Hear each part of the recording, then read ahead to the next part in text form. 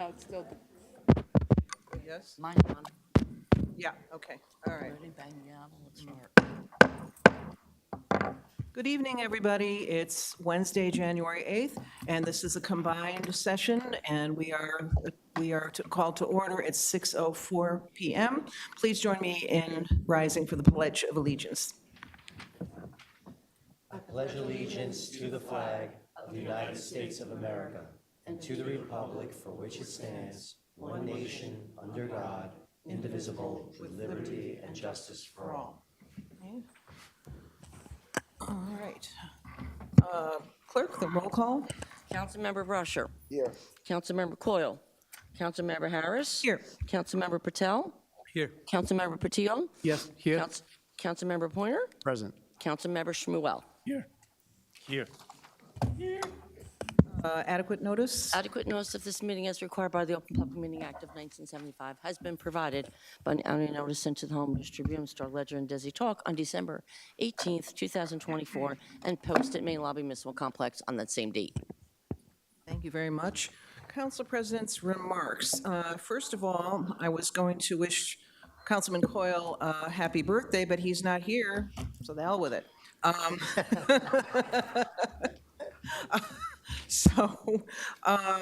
Now, a new protocol with regard to the public comment, whether what public comment is going to be that I'm removing a list, and because I really want to give Edison residents the priority in speaking. And so instead of the list, we are going to be working from the way we did it off the list at Monday's meeting, which is have you line up. If you're disabled and you want to just reserve a place in line, that's perfectly fine. But we are looking for Edison residents first. This is a request that I've been consistently getting from Edison residents.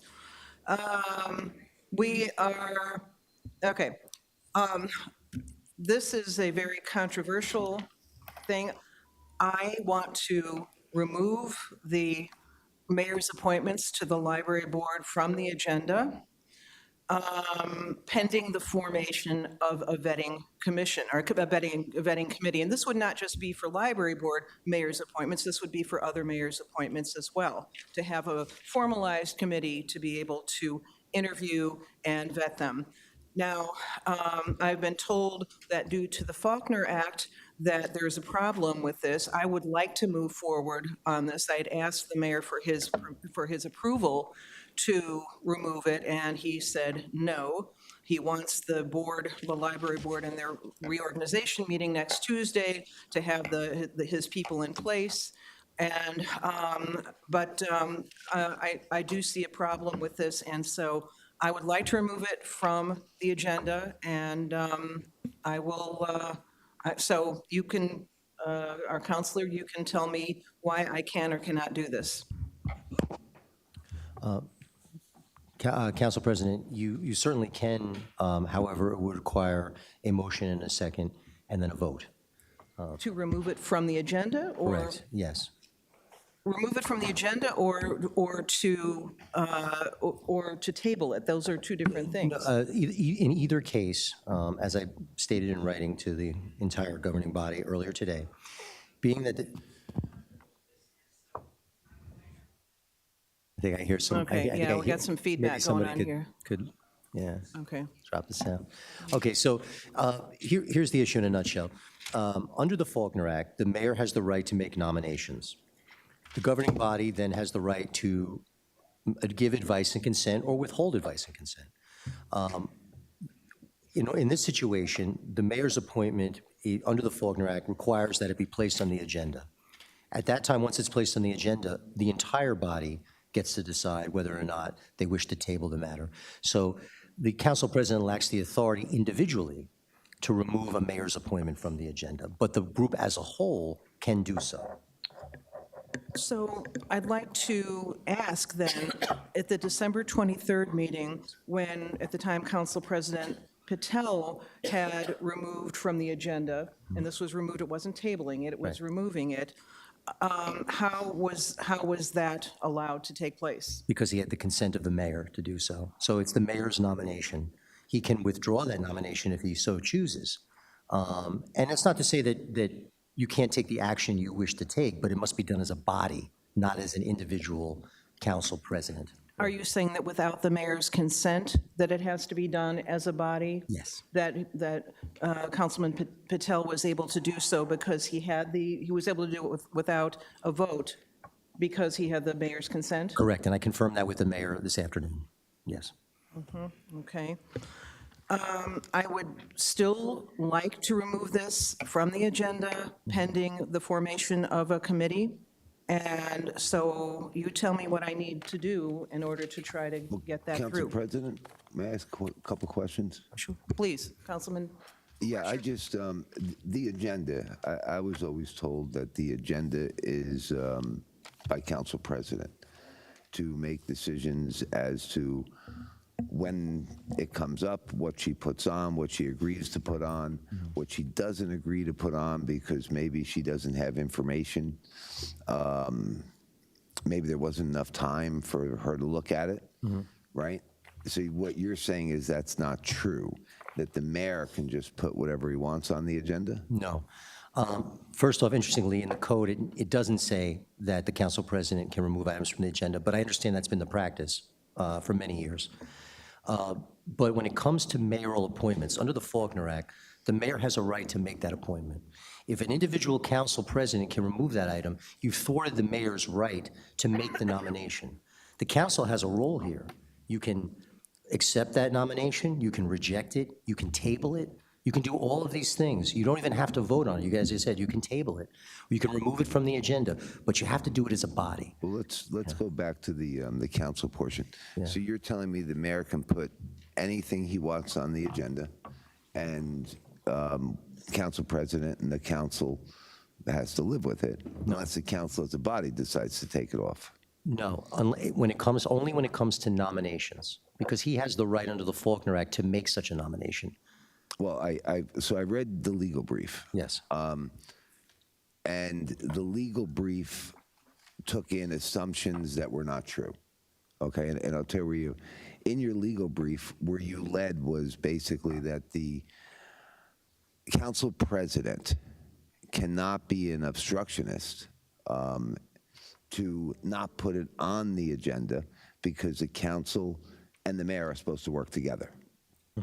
But there was nothing in there that said that, council president couldn't say, I need more information, I want to have a committee look at it. There was nothing about the timing. So what I did was I emailed back today, right, because I only got it today, but I read it right away, and I said, can I get something, where there was some kind of precedent, something legally, where a council, let's say, or a council president wouldn't put something on a agenda, and the mayor went to court, and they said, okay, you know what, you're right, 4 weeks is too long. Because I kind of think like one meeting or something is not unreasonable. I think the mayor is overstepping his bounds. I don't think he has a right to just put it on the agenda and to say the council president can't take it off, because it's not like it's never going on.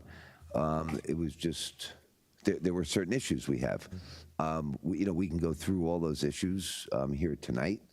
There are certain accusations that have been made, ones that could involve legal, right, which could, to me, if we had this committee, it was formed, that could be vetted. We don't know if these allegations are true, but if the council body were to vote on it, and then they turn out to be true, looks bad on the council body and anybody that would have voted for it. So that was the reason for, pulling it. It wasn't going to be pulled forever, but it was a discussion. I think maybe I can clarify the issue a little bit. Council President. Excuse me, I would May I like just the council. Can I add, so we, I'd like our because it would be, councilor- it'd be an All right, even wait, answer. you can speak after. Thank you. Thank you, Council President. I'll be very brief, Councilman. Councilman Brescher, I want to just clarify the issue. This was not an issue between the mayor and the council president per se, as it is. What I'm advocating for is that all council members need to make this decision. On everything that you've just said is a substantive basis to table this nomination, but you get just as much a say in that. Every council member does, and that was the basis of my opinion, that the council president can't do it alone, must do it with the voice of the whole body, not one individual. And that was the basis of the opinion. Well, that goes to say with everything on the agenda. You know, if council president would like to put the entire agenda up, if they have 4 council people, you can remove the entire agenda. You know what I That's mean, true. right? Yeah, So, right. so then what's the authority of the council president? The council president can, there's no doubt a council president can remove items, but when you remove a nomination, you're thwarting the mayor's right under the Faulkner Act to make such a nomination. And that's what's different here. The statutory basis for the argument is based in the Faulkner Act and the separation of powers between the two branches. But nobody's saying that he can't put the nomination up. No one's saying that the nomination can't be vetted. It's just saying not at this current meeting here. I guess the question is, well, then when? You know, and so the mayor has the right to say, no, I want I have a nomination, I'd like it to be considered. You may vote up, you may vote down, but everybody gets to vote on it, not just the council president removing it from the agenda. It's a very narrow issue, and that's the only thing I was opining on. Okay, Council Councilman Coyle? President. Yes. To the counselor, I just want to clarify. From what I understand, any council member can put up a resolution or an ordinance without the council president's permission. In fact, it's been done before. Correct. So, correct or incorrect? You are correct, 100%. So, and again, my goal is to work with our council president. We may agree or disagree. That's been a fundamental issue throughout the year with many members at different times. But outside this council, we get along. But I just want to clarify, had I not spoken to the council president today and I had a resolution in my hand of a different subject matter, I can ask to have it put on the agenda, whether it was a Monday or a Wednesday, and I could ask for a roll call if I got a second, correct? Correct, 100%. And that would be added to the agenda. Correct. If you had, And yes. so it just, wanted to just give some balance to the public of, I respect the authority of what we're trying to do. However, if the council disagrees and we have a second to that vote, we can put it back on the agenda. It's just a matter of what members of the council agree or disagree. Thank you, Council President. Council President, Yes, Councilman Patil? I was listening very carefully. This is my 11th year on the council dais. I don't think this body has ever challenged the decision of council president, whether we agreed or disagreed. That's number one. Often, council president thinks this is not the resolution or ordinance I want to go through. We moved it off. Everyone respected. It's a respect to that position. That's number one.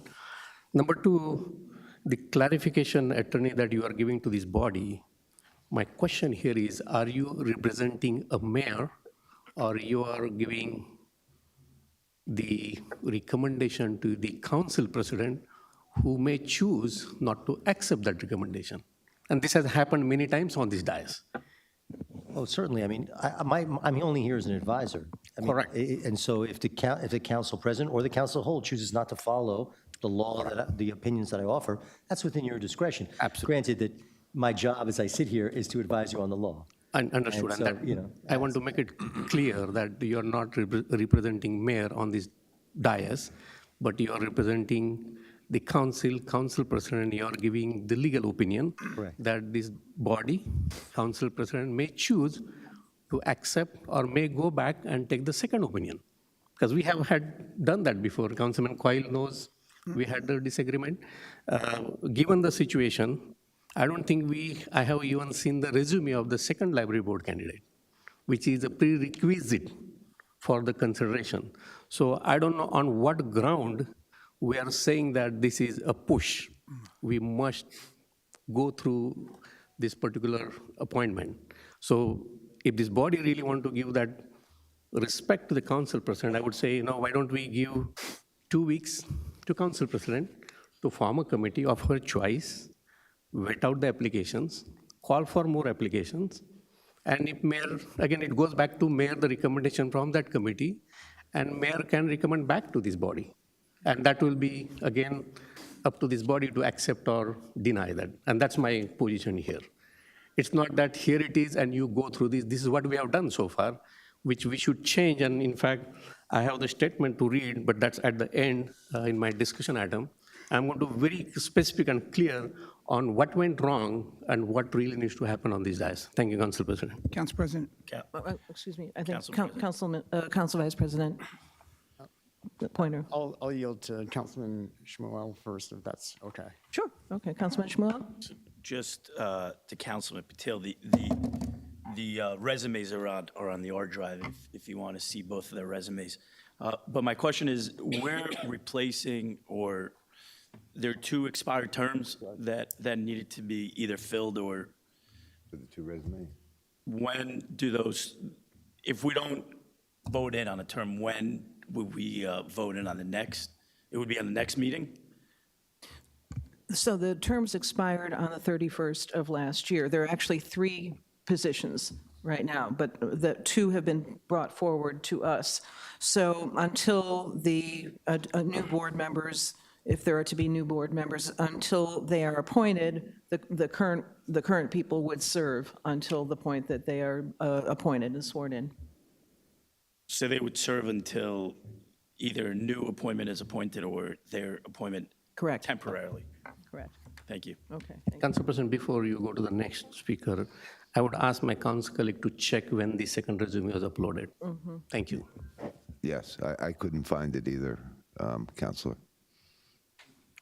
I found 1 resume. Yes, yes, that's correct. That's correct. Council President, I'll yield to the Vice President, but Yes, Council Vice President? Thank you, Council President. I just want to make a comment in regards to the Council President having the overall authority of the agenda.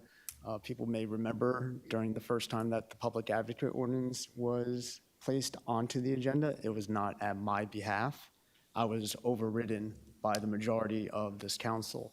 So to say that it is always the practice that the agenda before us is absolute of the council president, to me is not an accurate statement. Thank you, Council President. Councilman Patel? Council President, I also, I do respect the opinions of my council colleague, Councilman Patil. However, I also want to reflect an opportunity when I was vetting the Housing Authority Board with another council member, and we were at a halt of picking the last member. Council member Joyce Shipp jumped over the council president. At that time, I resided, put up a member by resolution, and voted that member in.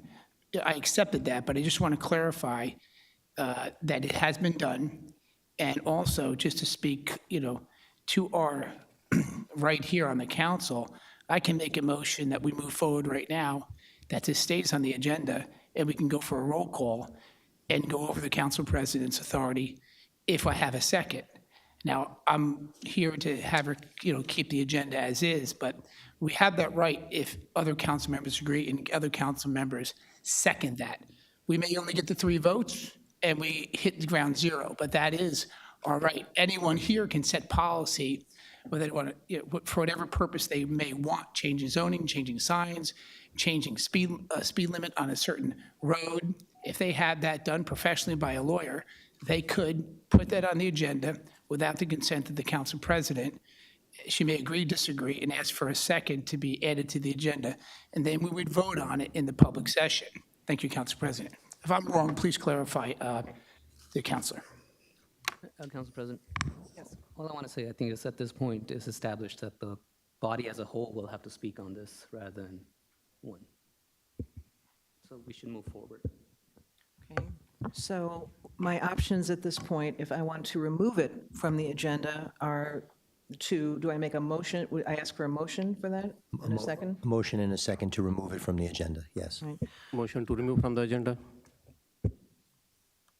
Second. Okay, I would recommend a roll call. yes, a roll call, please. Councilmember Brescher. Yes. Councilmember Coyle. No. Councilmember Patel. No. Councilmember Patil. Yes. Councilmember Pointer. No. Councilmember Shmuel. No. Council President Harris. Yes. Stays on the agenda.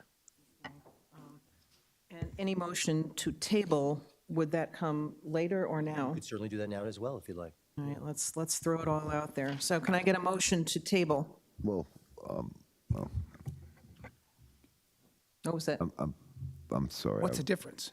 Well, because actually, when we get to it and we get to speak about it, And then maybe if my council colleagues heard the concerns, they might be inclined to table at that time, is where I was going. You can, Councilman Brush, you can certainly renew a motion to table during the regular session if you so choose. That was just my thought. I yeah, don't know that they, I would be in agreement with that. Okay, all right, so, all right, moving on. So those were my remarks, and sorry for the length of this last one, but it's a big one, it's important. Unfinished business, we have ordinances up for further consideration, public hearing, and final adoption. Any comments or questions? Council President? Councilman Brescher. Yes, and I did speak to Sonia, but I'm just doing this kind of for the record. This basically here is going to be, at the end of the day, it's not just a property. It's going to be an ambulance service, which is going to help benefit Edison or supplement the volunteers that we have now. Because JFK gives us ambulance service, and then we have a volunteer service. So this would be considered like an expansion of that to help cover the rest of the town. Correct. Thank you. I just wanted to ask. Thank you. Any other comments or questions to the ordinances? Okay, seeing none. Review of the minutes for the work session meeting of December 9th and combined meeting of December 23rd. Any comments? Okay, seeing none. From the business administrator. So I forgot to put this in my remarks, but we're dividing up 7A, the resolution awarding contracts to various firms for 2025 professional services into separate lines. And so we're having it not just as one grouping, but we're going to have it by separate lines. So we have A, B, and C. Any questions or comments about 7A, B, or C? Council President, Yes, Councilman Patia. I want to jump back to unfinished business. Did we cover the ordinance, second ordinance? Oh, I'm sorry. I was doing that as a grouping. All right, I'm still on the learning curve. All right, so we did 2241. On 2242, comments or questions? Okay, seeing none. We're back to 7A, B, or C. Any comments or questions about 7A, B, or C? Yes, Council President, in fact, I have several questions. You know, most of the, I would say the resolutions are, not resolution, the contracts are fine, but they are bundled as a one resolution. And I would have preferred to list them either by the type of work or maybe by the department. That would have been my preference. However, I don't think we have a choice here. She just said that. Yes, I know, but I will come back there as well. Even though it is there, but not necessarily everything. If you look at the Labor Council, there are two different one, right? Now, why it is not one, why it is two? If you look at R024, R033. What number? Labor Council services and contract for special Labor Council services. I don't know what the difference between those two are, but the vendors are, some of them are common. Can I clarify that, Special Labor Council? yes, Sonia? So typically what we would do if there's a separate third-party investigation, for instance, then we would hire that special counsel. We've done that in the last few years. Yeah, that's why there's two. So it's similar to conflict attorney. Then I will say that there are one more tax appeal. I believe that I saw two of them. One is for appraisal, one is for tax appeal. Those are two different. But you know, the more important thing for me was for the engineering services. And I do see,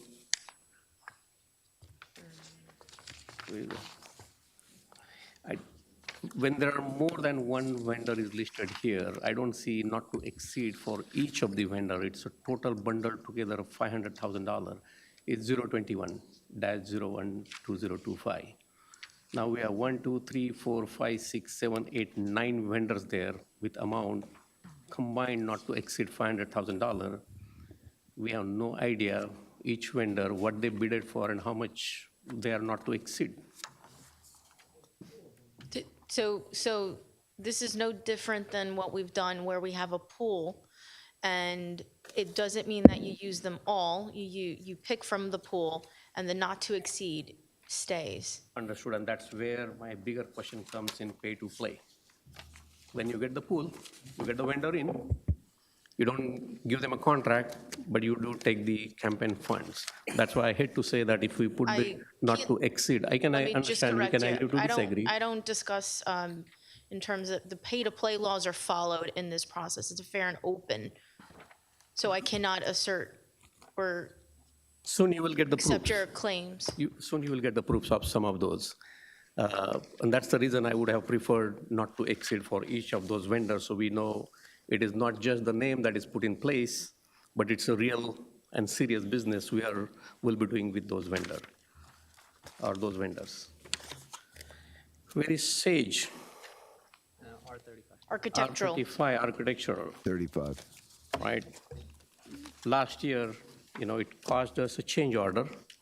I don't know where the legal matter is with this particular vendor. We were supposed to go on his insurance and claim the reimbursement for the change order. Yet we want to continue engaging this vendor. I understand from my council colleague, this vendor will be utilized for Toth Center. But that doesn't, again, let me put this way. We are suing a vendor, assuming we will be, or we might have sued him, and yet we want to do the business. Why can't we replace that vendor? Councilman, that's up to you if you want to vet them or not. They are on the Toth Center. It's the will of the body if they choose not to accept that vendor. But that, unfortunately, that's bundled together. That's my problem. You can certainly remove, and the counselor can correct me, from the list.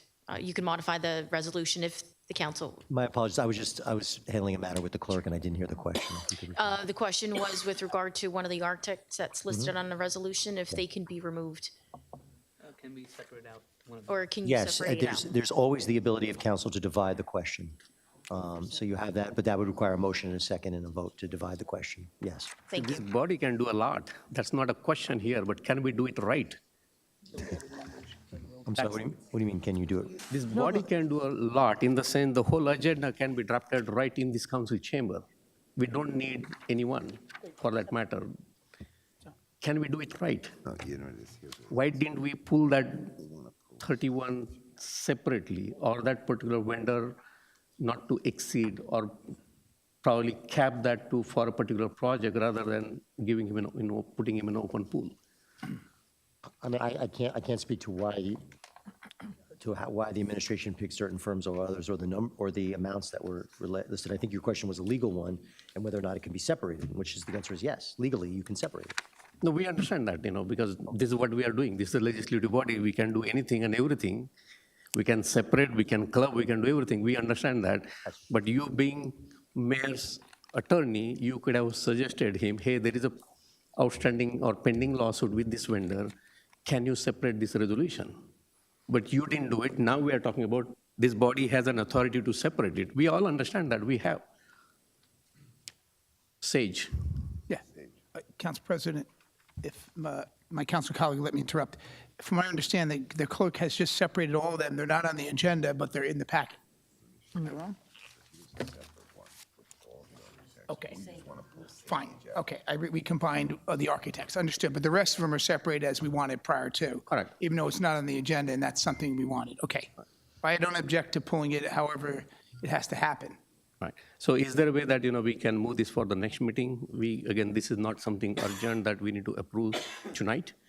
This is something we're looking by end of March. We have February, March, 2 months left there. Once again, it's a motion to table. You have that authority as well. Council President, to the councilor, could we do a motion to table the one architect and accept the resolution, all but one? You just give- To the councilor. Oh, to me, yes, you can. Yes, certainly. Is that satisfactory to you, Council? Absolutely, yeah. Coutinho? As long as we pull that vendor out from that resolution, I'm good.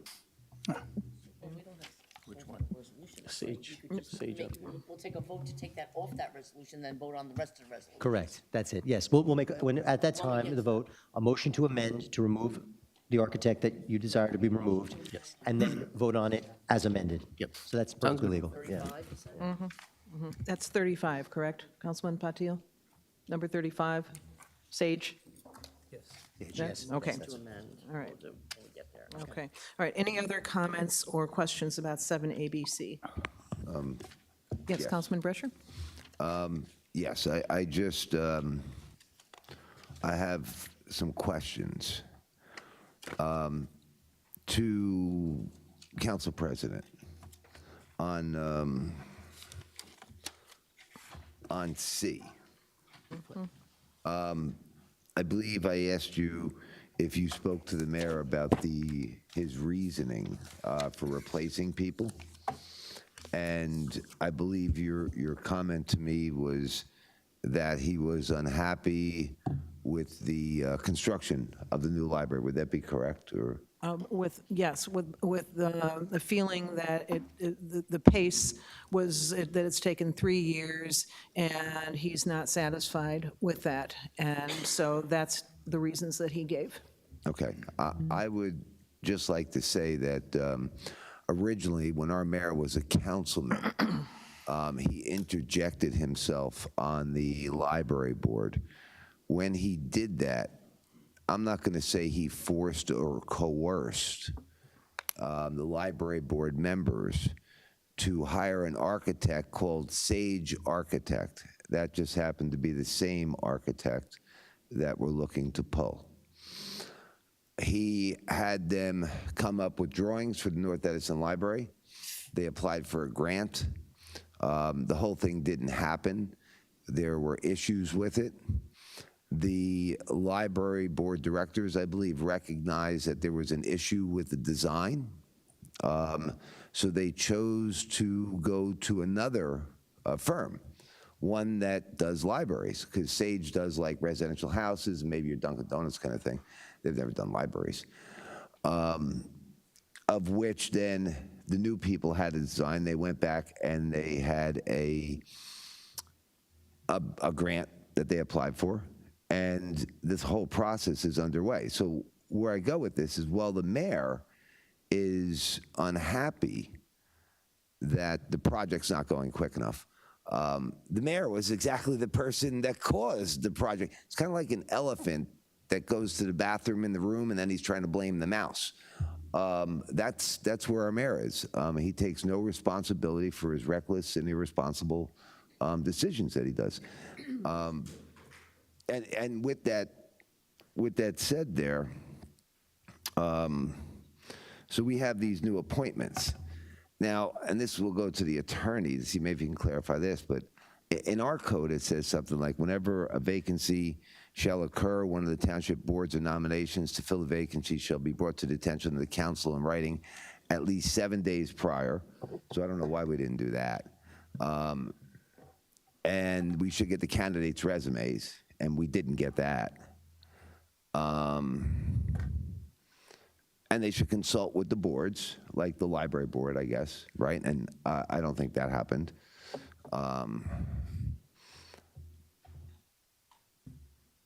And it's up to the discretion of council, yes. So my question is, since we didn't do any of these three things, why wouldn't it be prudent to, in your mind, why would it be acceptable if we didn't do at least the three things? Councilman, who are you directing that to? Oh, to our counselor. Okay. A couple of things. I think these appointments were known in the end of December. I think the names were originally brought forward at that time. So I think the 7-day rule has been met. The resumes now, I believe, are available. I've heard that tonight. So that sounds like that's been addressed. But these are all reasons, but either way, these are all reasons why you as a council member may want to vote to table or to vote no on these things because you don't have enough information. Is it an ultimate bar to their presentation? No. There would have to be something in the language of the statute, of the code, to make it a bar. But these would be things that you could decide, in your view as a councilman, are reasons not to move forward. Right. No. What I'm saying is, we have council people that are, they like to do everything properly and correct. When it's not posted correctly, you don't receive the resumes. Whatever that may be. And don't get me wrong, I disagreed with the mayor on this. Some of the issues that I heard here was one of these members here is on a homeowners association that the mayor lives in the complex. And that was the complex that the mayor didn't pay his fees and dues. So before that person would be, I think this body should look into whether those fees and dues were just dismissed as like a quid quo pro to be put on the library board. I don't know. But this is the rumors that are circulating around our town. So I think before an approval, that was part of this process where we were looking to vet this, right? We didn't want to come out here because how do you know if it's true? I mean, you know what I mean? Residents, they call me, they text me, and they tell me that it's true. But to me, that would disbar one of these people from being here just because of the close association and benefits that could have been had by the mayor.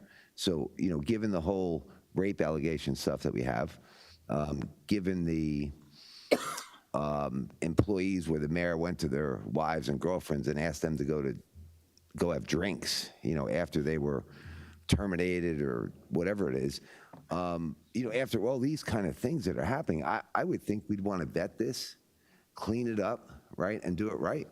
And that was the reason why we were looking to table it. We weren't looking to have the open discussion about it, kind of like we're having now. And that's why we were looking to give the council president the ability to just let her, vet it. And we said we were going to bring it back up, or she said even. So it's because of issues like that that we were looking to table this item in particular. And the Sage Architects, as we know, I know we haven't tabled it yet. I know we're thinking about it, but this body should also know not only did they hold us up on that library project, that now some of those library board members are taking the heat for it because they replaced that person. I mean, me looking at it from a legal aspect, Sage Architects did the mayor's campaign flyers. He got them work on the library. They made a mistake on the library. The library, as being an independent body, wanted to hire someone that was qualified. And then what happens is the mayor wants to get rid of the people now on the library board and replace them with his own, probably to bring Sage Architect back, would be my only thought, because it's not like we're moving it forward. But the same architect did our Jets Field that originally was proposed to be a $5 million project that now is up to a $12 million project. And what was worse than that, like my council colleague said, we had to bring in another engineering firm, architectural firm, to vet his specifications and drawings. I looked at the drawing specifications myself. There was so much left out of it. I'm expecting another couple $100,000 in change orders. And I do know that the township has done some of the work themselves to try and mitigate the cost, and I commend you for doing that, Sonia. But it doesn't change the fact that, this vendor is just out of their league here. So I hope that we do table, or actually I do hope we vote no on the Sage Architect, but I'd like the council body to be able to table this, and kind of resolve it so it doesn't have this dark, dirty feel to it on these appointments. I've spoken briefly to the two people. They seem like they're nice people. I don't know that they're qualified. I haven't seen the other resume. So it's something I think that needs to be vetted, and I think we should give Council President her time in that. Thank you. Thank you. Any other comments or questions about 7A through C? Council President, Yes. I just want to clarify, and if the councilor could object to my statement. From what I understand, we have a planning board that the mayor appoints. In no way does he have an obligation to meet with the planning board and ask them for permission of who he appoints to that board. And same here with the library board. his appointments. In no way does he have to meet with the library board, nor am I aware of any mayor meeting with the library board. There are suggestions in the past that library board members may put forward someone or suggest a resume that is a qualified person to be an applicant. But am I correct with that? No objection to anything you just said. So, I mean, as much as I respect my colleague, Councilman Brescher, again, he said other statements that are allegations, and he said it's a thought. I mean, still, whether stuff he mentioned or not, doesn't interrupt the process of what we have in front of us here. Thank you, Council President. Okay. Any other comments, questions? Council President? Yes, Council Vice President? Thank you. In regards to the nominations, obviously, they are of the mayor's prerogative. As such, it is my duty to do my due diligence in reaching out and conversing, researching guidelines, and trying to make the best judgment based on the information that I have. I reached out to both candidates. I spoke at length to both candidates. I asked some pressing questions, particularly for my neighborhood that I live in within the Claremont Library and what happened during that tenure. I understand that some people have made mention that because of associations that should automatically be a disqualification. And it is not in my nature just to discriminate against someone because of an association. I will let their character speak for themselves and their actions speak for themselves. In terms of research that I've personally performed, and I can only speak as myself, one individual council member on a body of 7, right? I cannot tell anyone else here how they wish to vote, yay, nay, or otherwise. I visited all the branches. I've reviewed meeting minutes from the library from 2021 up to current. And I've spoken to people that wish for the board to remain as current and for the board to have an adjustment. It's on me to try to make a decision based on a good foundation of information. I feel that I have, and that's all I can say. Thank you, Council President. Thank you. Anyone else? I thought, are we talking about Yes. library or are we talking about 7A? We're talking about 7A through C. Because I heard the comments on the library board, so. Okay. On this, okay, I thought on A, we were still discussing about pulling it or something like that, but okay, any other council member want to? Okay, on C.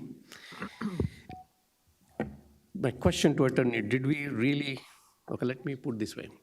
Library board is an independent body. They have their own bylaws. It's not like planning board or zoning board that falls under the jurisdiction of this town hall. Completely independent body. They should be operating independently without any political interference, without any political intervention. Having said that, the procedure, there is a, by NJSA, we have several requirements in order, whether it's a mayor's appointment or this council's appointment, whether it's an application or the resumes. I have not seen the second resume. It was dropped, I believe, yesterday. I was just quickly glancing when my council colleague pointed out. Typically 7 days is the notice period that this council should receive the physical copy. That's how the law says, the physical copy of the application and the resume. That's why it should be included as a packet. I understand that to save trees, we do not print the packets, but at least that agenda is circulated via email. And I will take that as my Bible in terms of the council meeting. I do not go on Z Drive or I Drive to get through more backups there, because that can be changed at any point in time. Anything that was sent an email, that's my Bible, that's my true copy.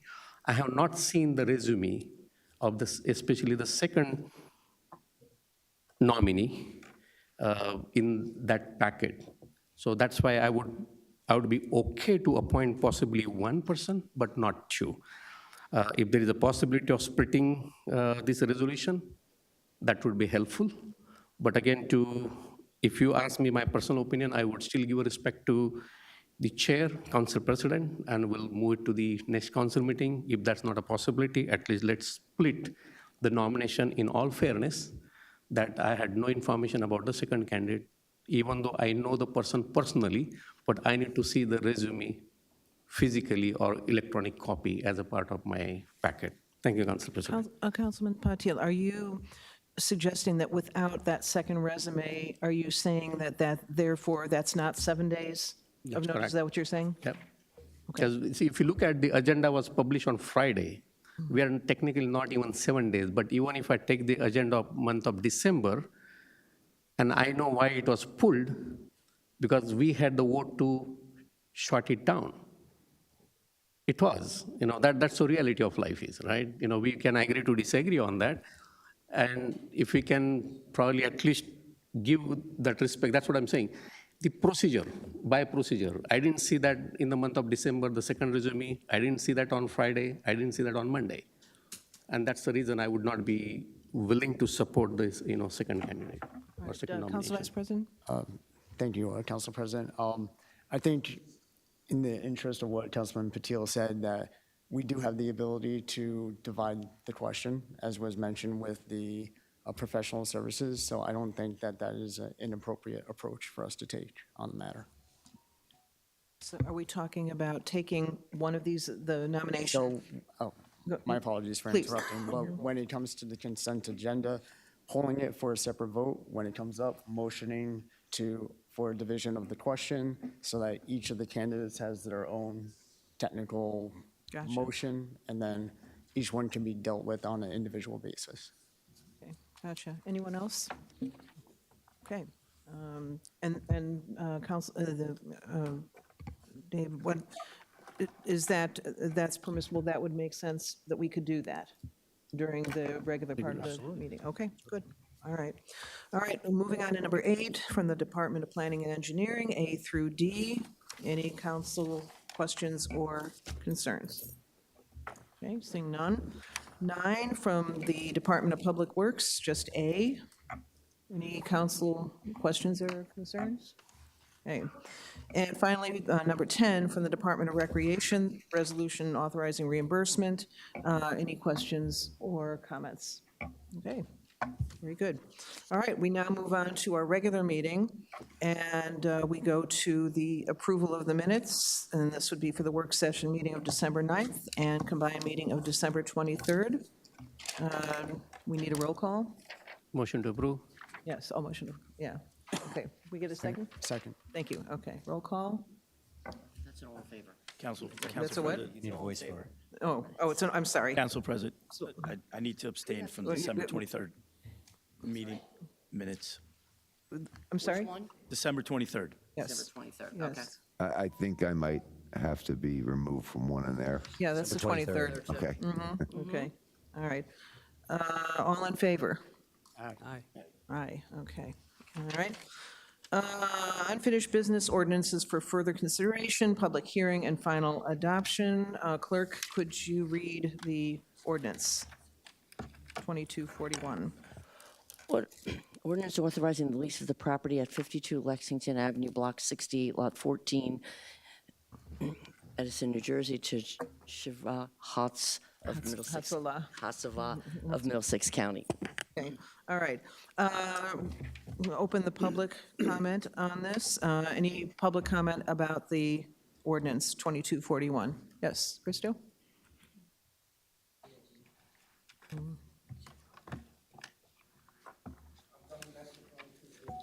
Okay, all right. Anyone on 2241? Yes, sir.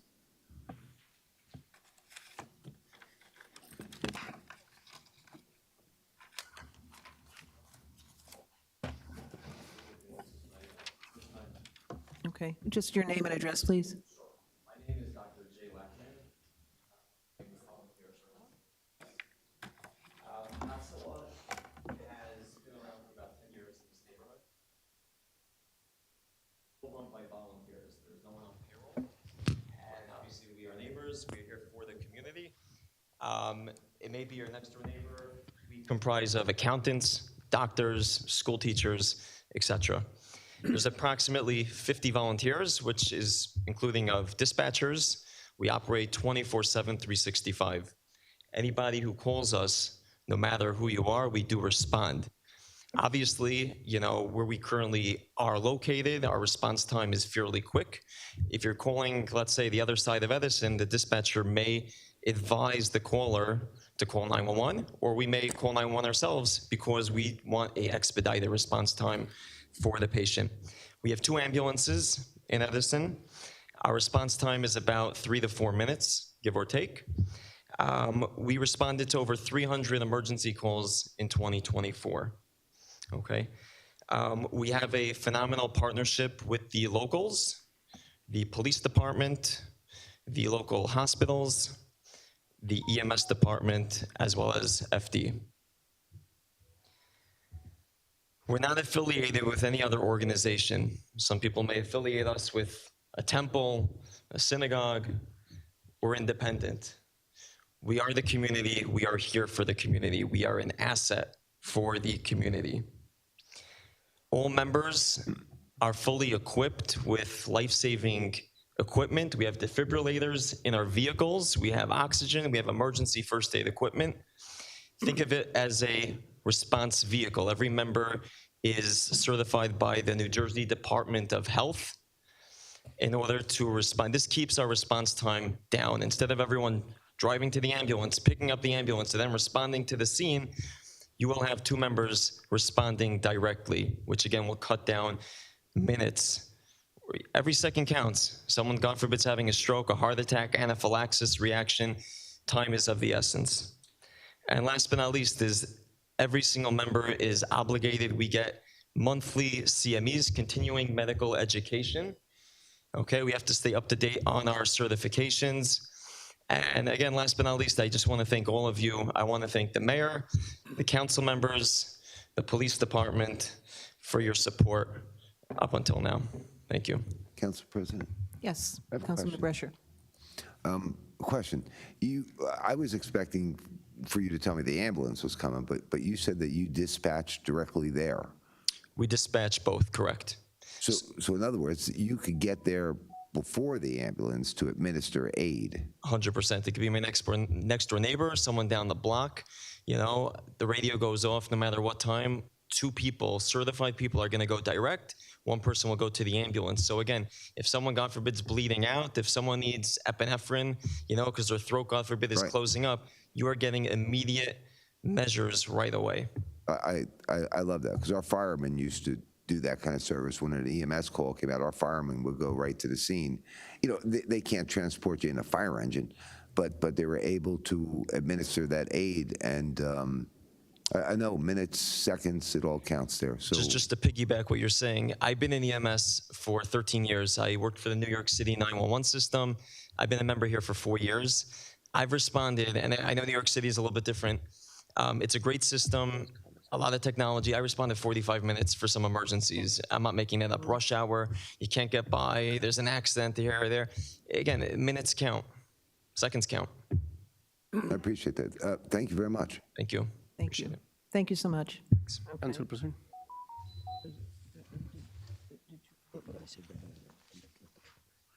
Council should speak because it's a statutory requirement for an ordinance. Okay, could you explain that? Yes, just a clarification that when it's a public comment on an ordinance, we have a statutory obligation to allow the public to speak on this. So what I recommend to the council president is let the public speak. Then there has to be time for council comment prior to vote. But I was recommending that we let the public speak first and then the council speak. Yeah. Thank you, Counselor. No, Okay. I just had a question. All right. Yes, Rob.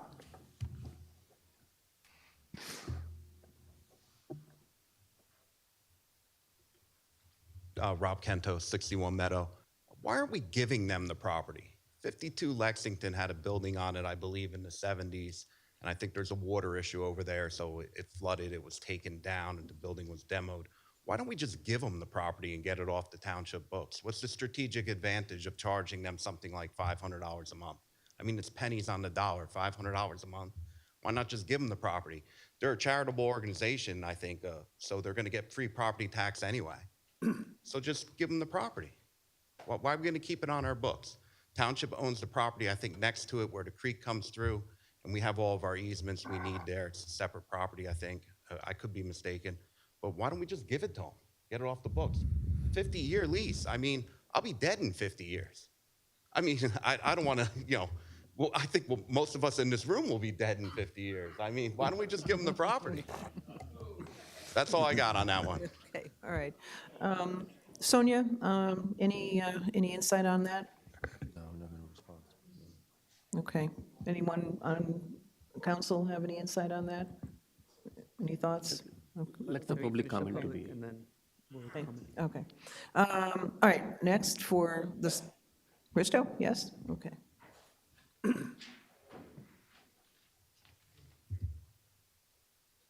Am I recognized? You're recognized. Thank you. Why give somebody something for free? Absolutely disgusting. Most of their services, how many of their calls are in Highland Park instead of Edison? They didn't let you know that one because it's right on the border. Why don't you just sell them the property for what it's worth and have Highland Park involved, have Middlesex County commissioners involved, and the township gets what they're supposed to get out of it. You understand?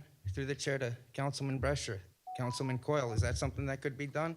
That you guys ask Highland Park and Middlesex County to donate if they need help to buy the property, but why should we? How much can you sell that property for? $500,000? So even without a house? 300,000. 300,000. There's nothing on the lot. So, yeah, I have no problem with them having the property. It's how they get the property I have a problem with. And, yeah, get in touch with Highland Park. Get in touch with Middlesex County Board of Commissioners, tomorrow, and get the amount that the taxpayers are supposed to get from this property. And that's it. Thank you. No one should be getting anything for free for anything,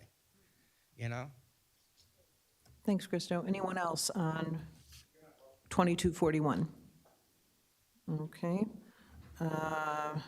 Now we motion to close public portion on this. And can I get a motion to adopt? Motion to close the pub portion? Second. Okay. And Motion to adopt. I'm sorry? Second. I'm sorry? Right, all in favor? Well, This is for closing the public portion. Yeah. okay. Aye. Okay, all right. And can I get a motion to adopt? Motion to adopt. We already did, but anyway, Go ahead, you can second it. Who's, seconded. okay. Then I'll second, doesn't matter. No, Ajay did. Okay, all right. All right. And do we have any council comments? Council President? Yes. Thank you, Doctor, for coming and explaining the voluntary service. It's a great service, hopefully with this facility, it will serve the community at large, and you will be able to expand and reach to the broader audience. Proud to hear that the response time is very quick, and this will be an asset to, especially toward the south end of the town. And I'm really proud that you guys are doing a wonderful job in serving the community, and I will be in fully support of this ordinance. Thank you, Council President. Okay. Anyone else? Councilman Brescher? Yes, I was looking to answer the question about selling the property. I mean, just for the record, I'm against selling public property. If you were to sell it, I think they would gladly buy it and purchase it. I think the value of it is probably around $300,000 or maybe $400,000, but we'll never get the property back. There was an organization, I think it was either VFW or American Legion, where the school board gave land to them for a parking lot, and then they closed up, and that land got sold to a developer, and the school board never got money back for it. And so giving away public property, no, but giving them a 50-year lease or something, I have no problem with that, as long as they stay around as an organization. Thank you. Thank you. Anyone else? Council President? Yes? Councilman Patel? First of all, I want to thank you, Doctor, and I'm glad you guys are getting the support and the base to work out of, and I'm looking forward to supporting it, and I agree with Councilman Brescher. I don't support selling the property because 50 years is a long time from now. Things could change, the organization might change, and they might not need it. They might go to a bigger facility, and whatever that case may be, that property should belong to the town. In the future, if we need to use it for something else, we could decide that in the future. Thank you. All right, Council Councilman Coyle? Just a brief comment. Just want to tip my hat to the service and what they're going to do and provide for the residents in that area, in the surrounding area. I mean, we benefit any opportunity where we have a free service that's willing to come to your house within 30 seconds or 6 minutes. I mean, that is just unbelievable. And to get services as a nurse or a doctor, paramedic, professionals with life-saving measures is a good thing in Edison. So I'm truly proud. This is in Edison, and we're going to be supporting an opportunity for a lease with them at that location. Second, I'm not, just as we talk about selling things, it's always good in real estate. Some people believe holding onto property, doing ground leases is great. Times change. Things happen, they may expand, like our council colleague said, move on, that's still our property. And at that date, at that such time, we may have a different value of that property. But I also believe that while they're there, auxiliary things come from ambulatory services such as meeting rooms and different things. So who knows what the future plans will be to expand that location. Let's hope there's other opportunities and amenities for the community as other squads have had. Thank you, Council President. Anyone else? Council President, Yes, Council Vice President? presuming that there's no opposition to this, which I'm going to guess that there's not, I think it's a great opportunity for the township to have additional services available to help those that are in need and to assist the community and to improve the quality of life for the residents of Edison Township. So for that, I look forward to the partnership. Thank you. Good. As for myself, I agree with what has been said here. I think this is a wonderful supplement to the services that we have. This can only help us, not hurt us. And I think that a lot of people have had questions as to whether or not this would serve only the Jewish community, and it's not. It's to the entire town. And so I think this is a great opportunity for the town, and I'm going to be happy to approve this. Thank you. Okay, nothing? Okay. All right, so now we go to a roll call. Motion to, well, that's all right. Yes. Fine. Councilmember Brescher. Yes. Councilmember Coyle. Yes. Councilmember Patel. Yes. Councilmember Patil. Yes. Councilmember Pointer. Yes. Councilmember Shmuel. Yes. Council President Harris. Yes. Great. Okay. Clerk, could you read the ordinance of 2042? This ordinance amends Section 2-2 entitled Township Council of Chapter 2 entitled Administration in order to repeal the recent changes and revert the ordinance to its pre-amendment status. Do we have, we're going to open up to the public. Any public comments to this ordinance? 2242. Any? Yes? Okay. Christo?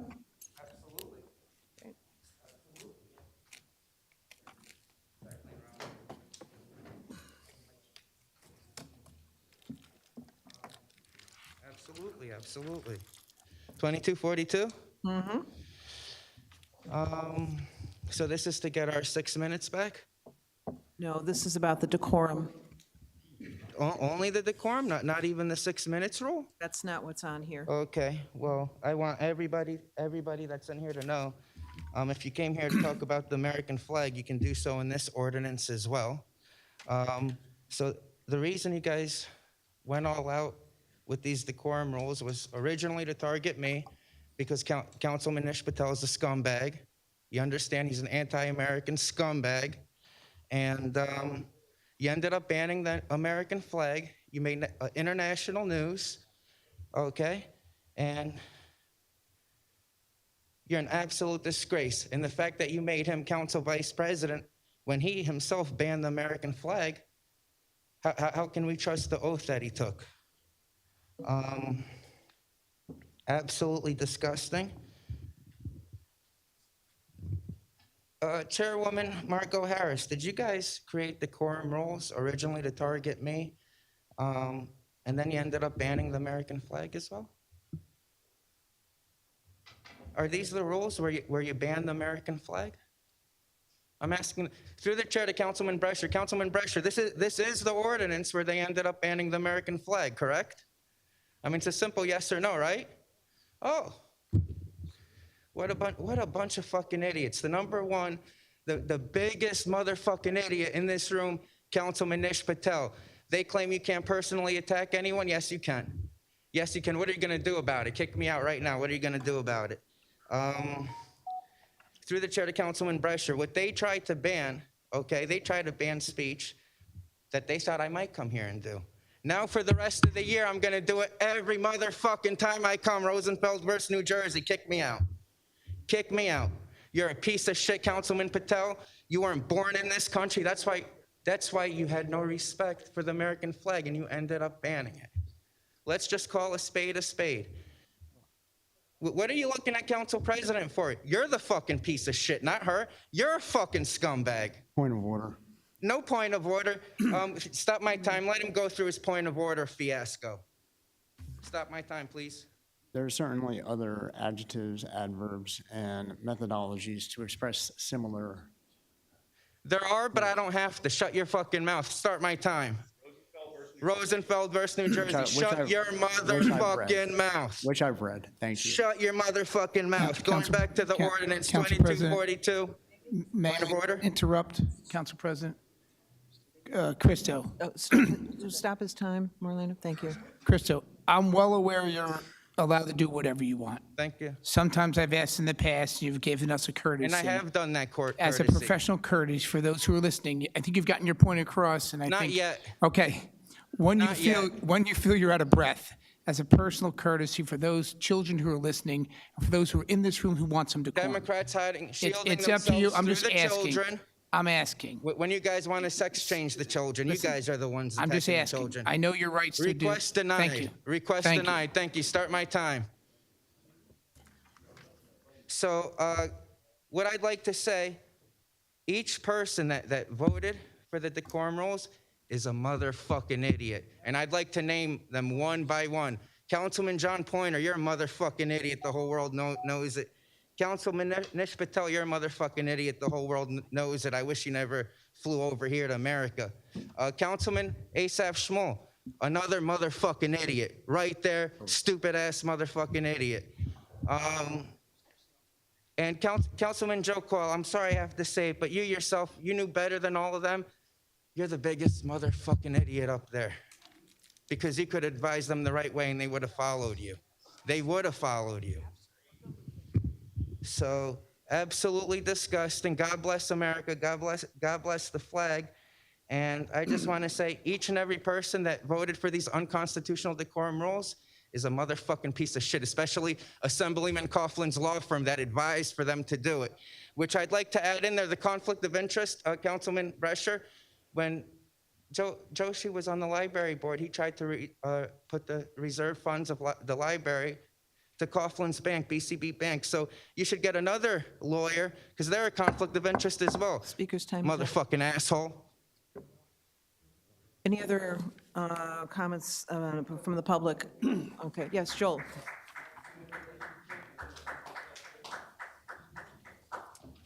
Joel Bassoff, Edison. Well, I'd like to address this with a different tone. I think we can repudiate the type of language that was used, but still support the right of free speech. It is a double-edged sword. It's the people. The other side, please. Yes, yes, Christo. Joel, hang on one second. Yeah. Oh. All right, okay, that's enough. Okay, I'm losing my time. yes, go ahead, Joel. Okay. So as we can see. Point of order. Point of order. Go ahead, Joel. Fighting words, now enforce it. Yeah, she's using fighting words, threatening me with her husband. Point of order. Stop his time, please. Stop his time. Christo, you're out of order now. Please sit down. Thank you. Thank you. Okay, go ahead, Joel. No, no. There's a lot of chatter. Please, order. Order. Thank you. Go ahead, Joel. Yeah, I just wanted to point out that when the council did attempt to ban masks and costumes and props, it didn't end well. So it's good that the council is repealing the ordinance that purports to do that. And of course, just to set the historical record straight, rules banning masks, costumes, and props were imposed even before the ordinance was adopted. So hopefully we won't go backwards on that. And the right of free speech is just something, it's so precious that it's important that we preserve it, even if we have to listen to speech that's repugnant. People should have the maturity and the respect not to use that type of language in a setting such as this. It's regrettable that they do. Nevertheless, they do have the right to do it. And hopefully, after they get this performance out of their systems, they'll use the right of free speech in a way that is truly informative and persuasive. But in any event, kudos to the council for repealing the recently adopted Decorum ordinance. Thank you. Thank you, Joel. Okay. Anyone else wants to speak to the ordinance? Mikey? Good evening, council. In reference to the flag ban, I mean, we all have our different approaches. We all have our different words that we try to use, whether they're deemed as immature or excessive or whatever the case may be. We all have the right to express ourselves freely as we choose. And it works both ways. The maturity on the ends of people on that side of the dais have to respect the First Amendment. Rosenfeld versus New Jersey, 1972, guarantees the right to use profanity in such a way. And I think it makes sense that the passion and the frustrations can boil over the top because, I mean, the flag was banned. Councilman Coyle banned the flag, and you did know better. You did know better, but you banned it anyway.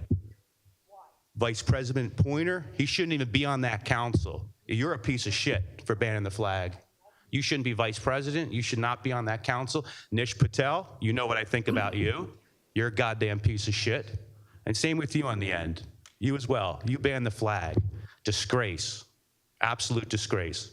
So if people come out here and they use unfavorable choices of words, well, that's why we have the freedom of speech. It's for unfavorable things that are said. I know you guys don't need a refresher course on that, but then I second guess myself because you banned the flag. So maybe this is quite necessary, you know, because, I mean, you all did it. Pointer, you shouldn't even be on that council. Absolute disgrace, let alone vice president. That's garbage. Nish Patel, you should not be on that council. Not at all. Point of order. Through the chair to Nish Patel. Trying to call my point of order. You can call your point of order. Stop my time. Stop my time. Yeah. All right. Go ahead. Yeah, can we? Yes, please stick to the ordinance. Yes, please, Thank you. I would ask that you just stay with the ordinance itself. Well, all this is relevant to the flag ban. Point of order to Council The President. Would you okay. allow? Please stop the time. In all fairness, I understand your argument with us here and the accusations you made and your statements. But can you point to the ordinance where it says the flag is banned? And can you read that today, right now? Because that's not true. In the ordinance, it stated props and costumes. All right, well, Let me finish. Our council president, Worst with the president wrong ever. advice, took his approach. So you can't say this council voted for banning the American flag. That's not true. Yes, it is It's true. not. It is It true. is not. We voted. It is true. So listen, we're in an opinion disagreement, but if you can point right now, since you have the courage and you're brave, and you've done some things here and you've made your purpose. And I've listened to you. Let me get my time back. Come on. Your time has stopped. Please I know, bring I'm up waiting the for you to ordinance, read it, and show me in that ordinance where it states that the township of Edison is I council. don't have to answer shit from you. Okay, you don't have to, but you can't point to it, and that's your problem right now. Thank you, Council Oh, so President. you want to disguise what had happened as if the flag wasn't banned? Go ahead. We all watched the video. All right, the whole nation watched it, right? And where did you think where did you think that the flag ban was going to go? Where did you think the prop ban was going to go? You know, you guys banned these things before it was even voted on, okay? That's very important part of all this. You were enforcing something that wasn't even voted on at that point. That's fucking garbage. I mean, that's stupidity at its finest. And where the hell is Mike Burns? He's the one who gave this horrible legal advice, and he has nowhere to be found. But he's been gone. We don't know where he is. I filed an ethics complaint on him because he doesn't give a shit about the First Amendment. And yes, the flag was banned. That's why when Joel waved it, and the room was supercharged with police energy, and they came and removed him for waving the flag, what the hell do you call that, Coyle? Did you stop them? Did you tell the police? I mean, at every step of the way. I know what you did to Christo. I'm well aware. And if it wasn't for people coming out to stick up for him, then things wouldn't happen the way they were. I came here, I gave a performance, I had a prop. At that point, there was no costume ban. I came in here with a costume, then you banned costumes. You enforced all these things you guys didn't even vote on. And yes, Councilman Coyle, you did ban the flag. You also banned the United States Constitution. And the New Jersey state. And the New Jersey state flag. That's what you will be remembered by. You too, Poinier, and Nish, that was the biggest black eye in your political career. You don't deserve to sit there. You don't deserve to serve the people when you ban the First Amendment. No, thanks. Absolutely ridiculous. And I can't wait to see Burns again because I want to give him hell for what he did. It was the shittiest legal advice ever. I yield my 2 seconds back to the council. All right, thank you. Anyone else? Yes, Anthony.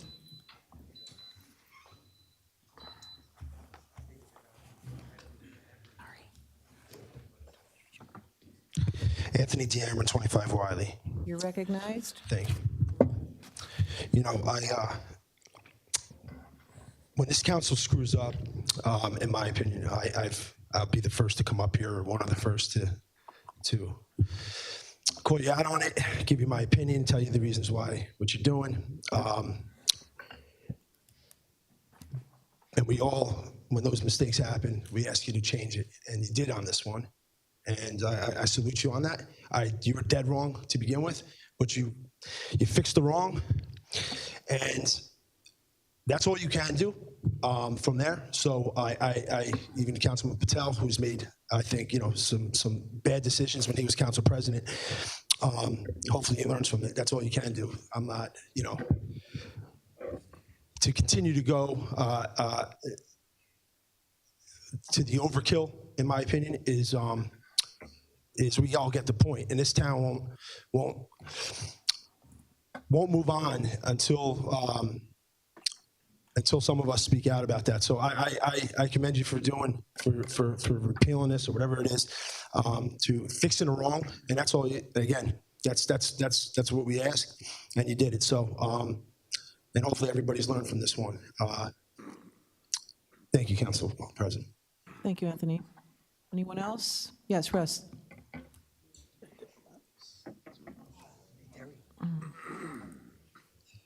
Russ Azzarello, Skylar Drive, Recognized. Edison, New Jersey. Good evening, Council. Good evening, Council members, FD, PD, admin. I'd like to wish you all a very happy, healthy New Year. I haven't been here in a while, so this is due. I'd like to get this past me. Happy, healthy New Year to you and your families, especially our friends here, our neighbors and fellow Edison residents here with us, and those watching closely from home. And I emphasize watching closely from home. Pertaining to the banned or so-called banned or not banned, it was banned, and if it wasn't, why was Joel Bassoff removed? Why was I holding the flags, a bunch of United States flags, at the podium, and reminded that if I continue, I would forfeit my time? If I continue, then I'll forfeit or would be removed from the meeting, and then removed from the building. What is it? Which is it? You set a precedent. You couldn't control Christo. Friends came to help him. This pertains to the First Amendment and freedom of speech and freedom of expression. And standing here, you told Rob Kentos he couldn't hold the United States Constitution. Okay, this means a lot to everybody here. Not only here, the people watching in the state, in the country, and internationally. We didn't get you there. You got yourselves there. Everything you do and vote on today, you're in the limelight. Just remember that. Okay? I think you should also include the minutes as well. 4 minutes is ridiculous. There's many issues, quality of life issues that's happening that needs to be addressed as well. Yes, 4 minutes is not enough. Russ, we need to just stay with this particular ordinance. Thank you. Right. You can speak on that during public. What I'm also opposed at and appalled at is that they didn't even give, Councilwoman Harris, they didn't even give you the decency to be present on the vote. You requested to be here. They denied it. 4 council members voted to move forward and ban the flag. That was uncalled for. That was wrong. You know what? We have backbones. Let's use them. It doesn't matter who's here, who's not here. Just because somebody wants something or wants you to do something, don't rubber stamp it. We should never be here speaking about this today. Thank you. Thank you, Russ. You're welcome. Anyone else to speak on this ordinance? Yes, ma'am. Name and address, please. Yeah, my name is Terry Beck from Hillsborough, New Jersey. I just want to make sure everybody up there understands whether your status of councilman, president, whatever it might be, you all are enablers of crime, associated to, accomplices to, or direct parties.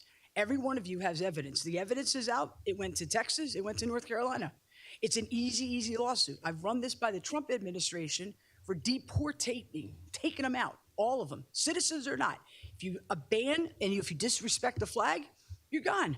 That was a true violation of Title IV. I don't know if you guys read the Constitution or understand law, but maybe that should be a requirement for everybody to be up there, which I will propose to Trump.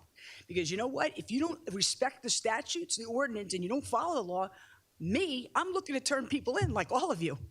So I've got my hands full, and I know it. I have you all documented. You guys are walking on thin ice. I don't know why whoever misled you or the lawyers or whoever it might be, if I would have heard ban the flag or even touch anybody, assault them for any reason, holding something up or a constitution, you know what? I would have charged you, put you in jail right away. Why isn't law enforcement right on your tail? Because you know what? We're going to be promoting people into positions where they're going to crack the whip. They're going to wish they never lived here if you're a criminal. And furthermore, the most important, and I'm going to say this because I know how I am in the biker world, when somebody starts showing disrespect, language flies off the wall. And guess what? You guys all are guilty of the first unlawful, unconstitutional assault. So don't yell at Christo for, oh my God, his language, because you guys created this shit. I'm not doing anything wrong. We're not doing anything wrong. Just show respect or leave the country. Easy answer. Or else we all go to court. That's it. Thank you. Anyone else? Anyone else? All right. Motion to close the public. Oh, I'm sorry. Go ahead, Lefty.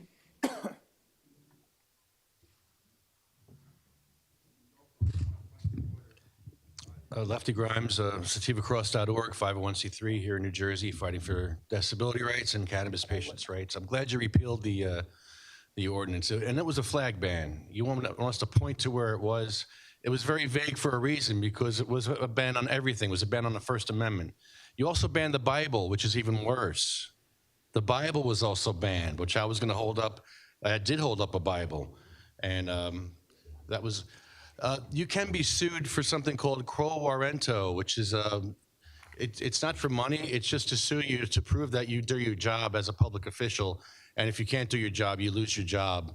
I don't even know if they do it anymore, but there is precedent for quo warranto, apparently. So that maybe could be brought into play. But I do think that you can't walk this back. You just move on, say you're sorry, and move on. I mean, don't say that you didn't ban the flag, because you banned the flag. That's why there's people here with flags. That's why this went viral all over the country, because you banned the flag, you banned the Bible, you banned the First Amendment. So Just move on at this point. And it's the first time you ever did anything that was unanimous. Everything's 4-3 in this town. Everything's 4-3. Finally, we saw something unanimous. So I don't know why it has to be a shitstorm for you to do unanimous votes on anything, though. Thank you. Thank you, Lefty. Anyone else? Motion to close the public portion? Can I get a second? Second. Okay. Can I get a motion to adopt? Motion to adopt. Second. Okay, can we get, what's that? Who made the first motion on that? Was that was, AJ. oh, okay, okay, okay. Can we get a roll call, please? I'm sorry, yes. Are there any, are there any council comments? Yes, Council Vice President? Yes. Thank you. I will support the repeal of the ordinance. One item that I hope that is eventually reconsidered was the actual process in terms of actually calling to order and anything that is out of order. Because it references going back to Robert's rules. I have a copy of Robert's rules. Actually, Just like your copy of the Constitution? yes.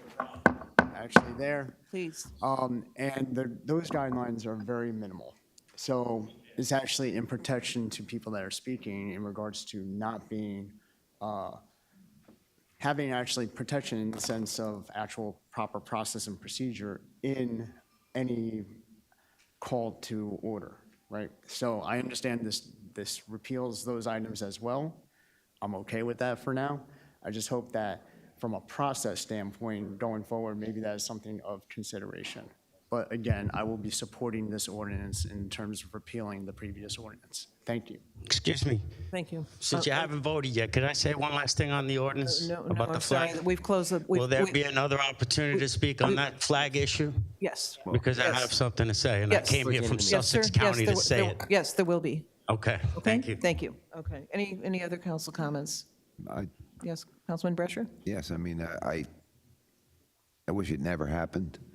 I know that there were 3 of us that were wise enough, wiser than the best law firm in New Jersey to know that it was wrong, knew that this would turn into a political circus. And I mean, my colleagues and the legal firm, I've been accused myself of bringing everybody here, and I'd like to hear the public. I'd like the public, the people that have come here today, I'd like to hear from you at the end to tell the mayor of this town, to tell the council people at this town, to tell our police officers, because a police officer accused me of bringing everybody to this town. I'd like everybody to kind of stand up at the end and speak and let this body and the mayor know and let it be on a record. I didn't contact anyone. It was them, the elephant in the room that took the dump that's blaming it on the mouse, okay? Because it's crazy how they make a mistake and then they blame others for their mistake. But because these accusations were out there, a senior police officer accused me of it. It's on video. I'd like them to come up and let the BA know, let our chief know, let our council colleagues know. And if I contacted any of you and asked you to come, do me a favor, tell the truth. Tell the truth and tell them. Thank you very much, Council President. Okay. Anyone else want to speak? Council President? Yes. As I argued with other speakers in here, obviously, part of this ordinance at that time was the intent of costumes and props. And the issue was different costumes coming to this meeting and whether this council felt it was proper decorum or not. Now, we lost that fight, but never, I think, there was any intention of one council member on this board that we'd be banning a flag.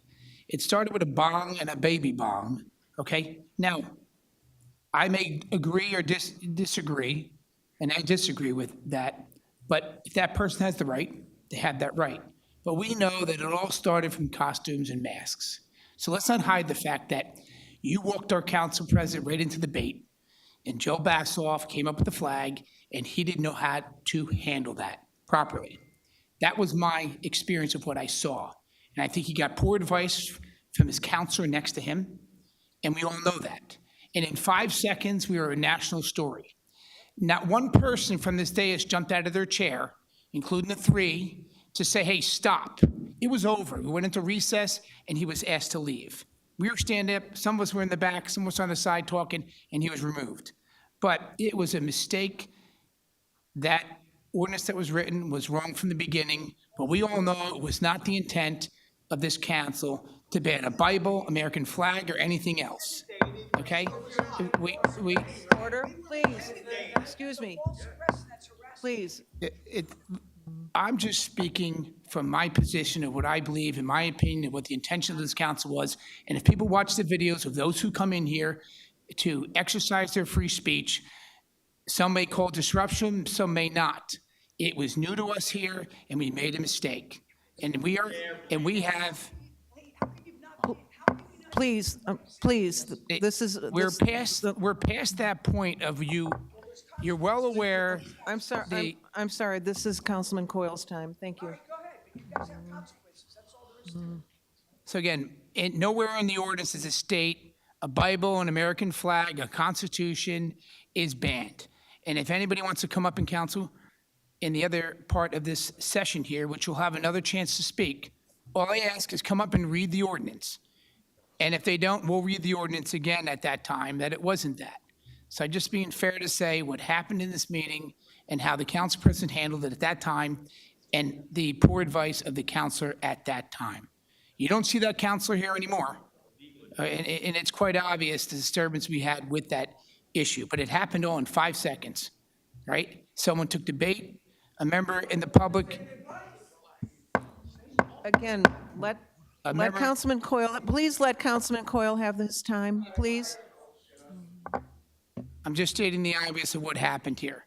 I'm not happy what happened. A member, a resident came to the dais and said, you took the bait. Person came up here to test what props would be, and that could have went on forever. And that wasn't properly thought through. Whether you show up in a Cinderella costume, whether you show up holding a Bible, whether you show up holding anything. And that was not properly looked through. Poor judgment of how it was written, and we have repealed it. You're well aware of it. I'm quite certain it'll be a 7-0 vote. But let's not hide the fact that some of you are here to gaslight the flag ban as if we wrote it with the intentions of that purpose, and that's not true. So continue your gaslight. Continue your gaslight. It's fine. It's a fact that we did not have the intention of that, and you cannot read one single word in that language that was written that you see the word flag. So just call it what it is of what we wrote and what we voted for. Today, I'm happy. Russ, please. All right, can you finish your comments, Councilman Coyle? I am happy to support removing this, and thank you, Council President. Okay, thank you. Council President. Let me just see if anyone for the first time. Any other first time? Yeah, yes, Councilman Patil? Thank you, Council President. Happy to see this ordinance repealed here. Just to remind my council member on the other end, and he said that the 3 people should have jumped. I held the flag in the hand. Ask Council President, will I be asked to be out, or are you going to call police? I held the flag right here. So saying that none of us won is very unfair. Our position was very clear, very clear. I said jump. You are more mature and probably oldest person on this council that I should have jumped, but we won. Our job is to warn what is going wrong. And that's the reason I keep pointing. Regardless who comes to the podium, what they wear, what they are talking, listen to them, give them a respect. Why you need to change an ordinance? In fact, that's one of my talking points at the end when I'm going to give the statement. We created the circus. Blame this dais. Blame the leadership. Blame upstairs. Who didn't repeal? He had the power to veto this ordinance, yet it was signed. That's also a disgrace. So we have more adults in this room who could have corrected the situation when time was right. But I always say, better to be late than never. So this council learned what went wrong, and let's move forward. So hence I'll be supporting. Thank you, Council President. Thank you. Councilman Brescher? Yes, I just, you know what it is, I'd like to clear something up after my council colleague here, because if any of my other council colleagues feel that what he said was correct, I'd like to advise you that it was a mistake. What he's alluding to is that nobody up here banned the flag. These people aren't really here just for the American flag, I don't believe. This is about our amendments that were given to us by our founding fathers. Those amendments give people the right to free speech, to protest, to have signs, to use them as props, to get a tattoo on their forehead that might say something offensive. Okay, that's what this is all about. It's not just the flag, but the flag represents what covers all of those amendments that we have. So that's where the offense came. Was first the offense was that Christo can't curse. Everybody knows. I've told him I don't appreciate it, but he has a right. People have come. The whole thing about the Bongholio, we had that. It's all a statement to say that we have these rights. And I was disappointed when my council colleague seemed to think that it was only about the flag, because if that's really what you believe, you are so misguided. You need to go back to school and learn about our amendments and what those amendments really stand for and why people have died for that. So I guess I'm correct in my statement that it's not all about the flag. It's about the amendments and the rights. And unless everybody here in this body understands that, everybody's going to continue to come. It's not going to end. You have to acknowledge the rights given to us by our U.S. Constitution. It's not just about the flag. And that's what my point was. So thank you, Council President. Thank you. Anyone else? Yeah. Council President? Yeah, Councilman Patel? I believe the council does have a right to have decorums, and I think the guidance that was given was, again, misguided, and it could have been written better to adhere and at the same time have the freedom of speech aspect covered. But again, there are certain portion of this ordinance that could be saved, but I believe at this point, like I said in my statements earlier, we're gonna have to start again, and maybe we can do a better job next time. But I do agree that there needs to be decorum because, again, this is a chamber of discussion. If we do not have rules of decorum, then it will be chaos and nothing will be done. There's a reason why we have one person recognized and that one person speaks. If everyone is speaking, then no one will be listening. So yes, I understand that everyone is on the idea that the props were banned, and I agree. You know what, maybe that was a little too much of a hindrance of the freedom of speech aspect, and that was the guidance that we were given. But at the same time, I do not agree that no decorum rules are needed, and there could be no limitation to free speech. You know, there's a reason we have a time limit as to so that we can each take turn, and there's a reason why we're all recognized. So going back to the same point, there needs to be decorum, and as Councilman pointed out, there are certain portion of this ordinance that could be saved, and I hope the future council works towards that. Thank you. Okay. No, Council again, President, all right. point of information. I'm sorry, Councilman Pointer? Point of Council President? information. What I was referencing particularly is when, excuse me, can I just have some decency? Thank you. Yeah. No. Excuse me for 1 moment. Yes. I need to respectfully ask this audience to wait for your turn to speak, and we listen to you when you speak.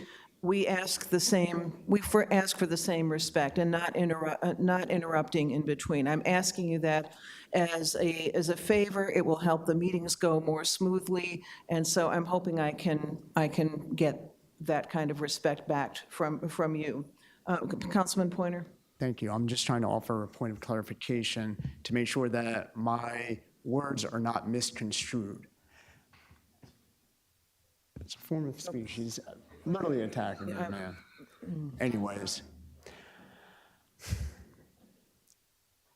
when someone is called, or a point of order is called, and someone is found to be out of order, there are processes that should be followed in order to make sure that what happened before does not happen, right? If a point of order was made and he was found to be out of order, then you ask to please sit down, right?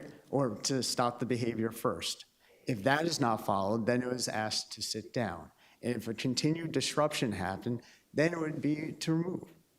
Having those orders of process actually allows for a better run meeting in the event of any breach. Those are the items that I'm mentioning. None of the items of being restricted or anything like that. Those items that there's an order of a process to follow in the event that a breach occurs.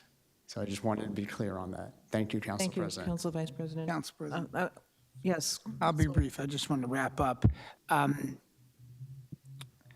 It's fair to say that we all know the American flag is standing out front, is right behind us right here. And I would doubt that anybody who disagrees with us will come to the podium and say they see a flag. And as this went out of control, for what we stated before, no one talked about flags being everywhere in the township of Edison. We talked about one moment, and in 5 seconds, a speaker came to the podium, Joe Bassoff, with a flag, and he was removed in 5 seconds. That's where it drops, the anchor. But we know we've saluted the flag here thousands of times. We raised the flag thousands of times. The flag is up front. So come to the podium and tell me you don't see flags around this township. They're everywhere.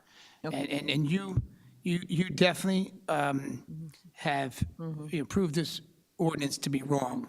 And we heard you, and you know that. And we've repealed it. Our council president apologized, okay? And some people walked him right into this. And they were clever in what I'll claim to be a prop. They knew this was going to be a problem right from the minute it was written. And that is their prerogative. And that mistake was on him at that time. And there's a fact. But it's good. It's gone. It's never going to come back again. But I'd hope a few of you who disagree with me would come to the podium during the public portion and talk about the flags you see around this township. Because none of them have ever been removed, and they've been here all the time. One speaker, one moment, 5 seconds at one meeting, and that is over indefinitely. That will never happen again. Thank you. Thank you. Okay. Councilor Let me button. Councilman Patil, did you want to say something else? Yeah, I just want to say that in audience, please listen to the council member, be respectful, hold on your emotions. You will have your time to express those emotions at the podium, but until then, please, if we can maintain the respect to this dais, will be really helpful and will really appreciate. Thank you. Thank you, Councilman Patil. I appreciate that.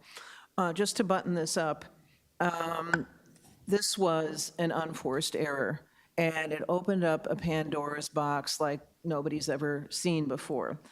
And we got some bad advice about this, that we took this way too far. Do we need decorum? Of course we need decorum, and that's why I'm saying, as a new council president, I'd really like to maintain order in this chamber. This is a sacred chamber, and we've got important business to do. And I'm asking, once again, I'm gonna follow up on what Councilman Patil said and what I said before. I do ask you for the respect that I give you as the public. I mentioned in my remarks on Monday how I do respect the public, and that we as a council need to respect the public. And I'm asking for that same respect in return. I'm glad that this ordinance will be adopted. It will be adopted unanimously, and it's a sad chapter in our history that didn't need to happen, but it did happen, and we're going to hopefully shut this chapter moving forward. So thank you very much. At this point, can I get a roll call? Councilmember Brescher. Yes. Councilmember Coyle. Yes. Councilmember Patel. Yes. Councilmember Patil. Yes. Councilmember Pointer. Yes. Councilmember Shmuel. Yes. Council President Harris. Yes. Okay, adopted. Okay, now we go to public comment on the resolutions, just the resolutions only. I'm sorry? What? Did you say something? No, it's just. Okay. So in the public comments to the resolutions, and this, again, this is the new procedure I want to follow, is to have Edison residents come up first and just to get in line. You don't have to raise your hand, you can just get in line. Any Edison residents who want to speak on the ordinance, and when we're done with the Edison residents, then we can invite the others. So, yes. And when you speak on a resolution, just please give us the number of the resolution. Thank you. Okay, thank you. Christo? Thank you, that's the name they gave me. Is R717 still on the agenda? R717. The one with the library board? It is, yes. It is, through the chair, Councilman Brescher, Patil, and Margot Harris. So, what Councilman John Pointer said earlier was wrong, because he's a dipshit. Through Council President to Brescher, hey, Councilman Brescher. So, they admit that the woman lives in the same housing complex as Mayor Sam Joshi. He says to not consider this person's discrimination. A conflict of interest is not discrimination. Where did John Pointer get his law degree? Through the chair, Councilman Brescher, at which point are the adults in the room going to tell him to shut his fucking mouth? You know what I'm saying?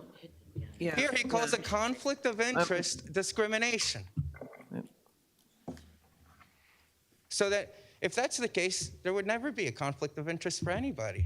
Let's just get rid of the term conflict of interest, because if that ever happens, it's discrimination according to John Pointer. Everybody has the right. My God, common sense and logic, you know? Even street smarts, they don't have it. They don't have it, and then they wonder how they get outsmarted all the time by potheads. By potheads. But it's true, Margot. It's true. I'm sorry, I love you, I respect you, but it's been building up. It's been building up. It was 1 year of him building this all up. Okay, Christo, can we just speak to that resolution? But back to the library board. Yeah. Through the chair to Councilman Brescher. Councilman Brescher, so not just is the appointment a conflict of interest, that lawyer's a conflict of interest. That lawyer's for Assemblyman Coughlin's law firm, and we all know, if you look at the change.org petition that the Chinese community did against Mayor Sam Joshi, one of the accusations was he was going to remove the funds from the library board to BCB Bank, that's not an authorized dealer of this township. And why don't, for this, any resolution that has to do with the library, you should get another law firm to come in here and give you advice, an independent law firm, since obviously there's a conflict of interest. They monetarily, they had economic gain from this corruption. And you're going to take their advice? They want you to take that. They want these people in. Don't you see what's going on? Dipshit John Pointer. I wish I would have let one of these guys come up, because what I wanted to explain was when he made his comments on the library board, what dipshit comments those were to claim that a conflict of interest, you can't raise those because it's discrimination. In and of itself is discrimination. Absolutely. There he is, Councilman John Pointer. Through the chair to Councilman John Pointer. Can you please explain to the public how a conflict of interest is discrimination? Yeah. Can you please explain to us how a conflict of interest is discrimination? I didn't say a conflict of interest was a discrimination. Yes, he did, and I'm going to go back to the tape. It's going to be played, and then we're going to edit the part what he just said right now, just to prove he's a liar. He can't even remember what he says. Are you on drugs, sir? Are you on drugs? No. Through the statements he made earlier in regards to the library board makes me, a reasonable person, believe this guy's on fucking drugs, drug I'm sorry, testing. Christo, that's inappropriate. This is slander. Like, honestly, Council President, that's slander. It's the comments he made. Please sit down. Thank you. Okay. Joel, go ahead. Joel Bassoff, Edison. Okay, so this resolution number 717 of 2024 regarding the library board nominees, it's problematic both legally and substantively. The legal impediment is that, well, for one thing, if, as council said, the mayor withdrew the nomination from the December agenda, then this is a new nomination, and our municipal code requires 7 days notice. So if you're just receiving now this nomination today, or if it was just Monday, you have not had the 7 days to consider it. Secondly, the ordinance, our municipal code requires that nominations for boards and commissions be accompanied by a resume. And I've heard that at least one of them was not accompanied by a resume. And in any event, we were told that the resume of the other nominee was transmitted electronically. Now, I remember last year when, for example, the public ordinance proposal was raised to the council, there was an objection from the council president at that time that it was not in writing, even though it had been transmitted to the council by email. So to be consistent, if a document to be submitted to the council in writing has to be on a piece of paper, it should apply to this too. You should have received a paper resume in the packet. And in any event, the council as a whole has not had an opportunity to completely vet the nominees. One member of the council said that he spoke to one of the nominees, but there should be a process for all of the members of the council to at least get a report of a committee designated to vet the nominees. So we don't know what experience do these nominees have that makes them uniquely qualified to serve on a library board. Do they even have library cards? The bylaws of the library board recommend that any appointee to the library board at the very least have a library card. Do they utilize the libraries? What do they know about the libraries? We heard from council that one of the problems that the mayor had with the incumbents on the board is that the renovation of the library has taken too long. Well, that might not be a bad thing. As we've heard, there were problems with the previous architect, and the fact that the renovation is taking a while means that they're doing it carefully and deliberately. It's not something that you would want to rush through, and if these mayoral nominees for the library board intend to rush it through and give contracts to unqualified vendors, well, that's a reason to reject them. We also have very fresh memories of the attempt of the mayor to take the Clara Barton branch building from the library, and there's a legitimate concern that if these nominees for the library board are being nominated because they are loyalists, because they will just do the bidding of the mayor, then once again, that branch will be at risk.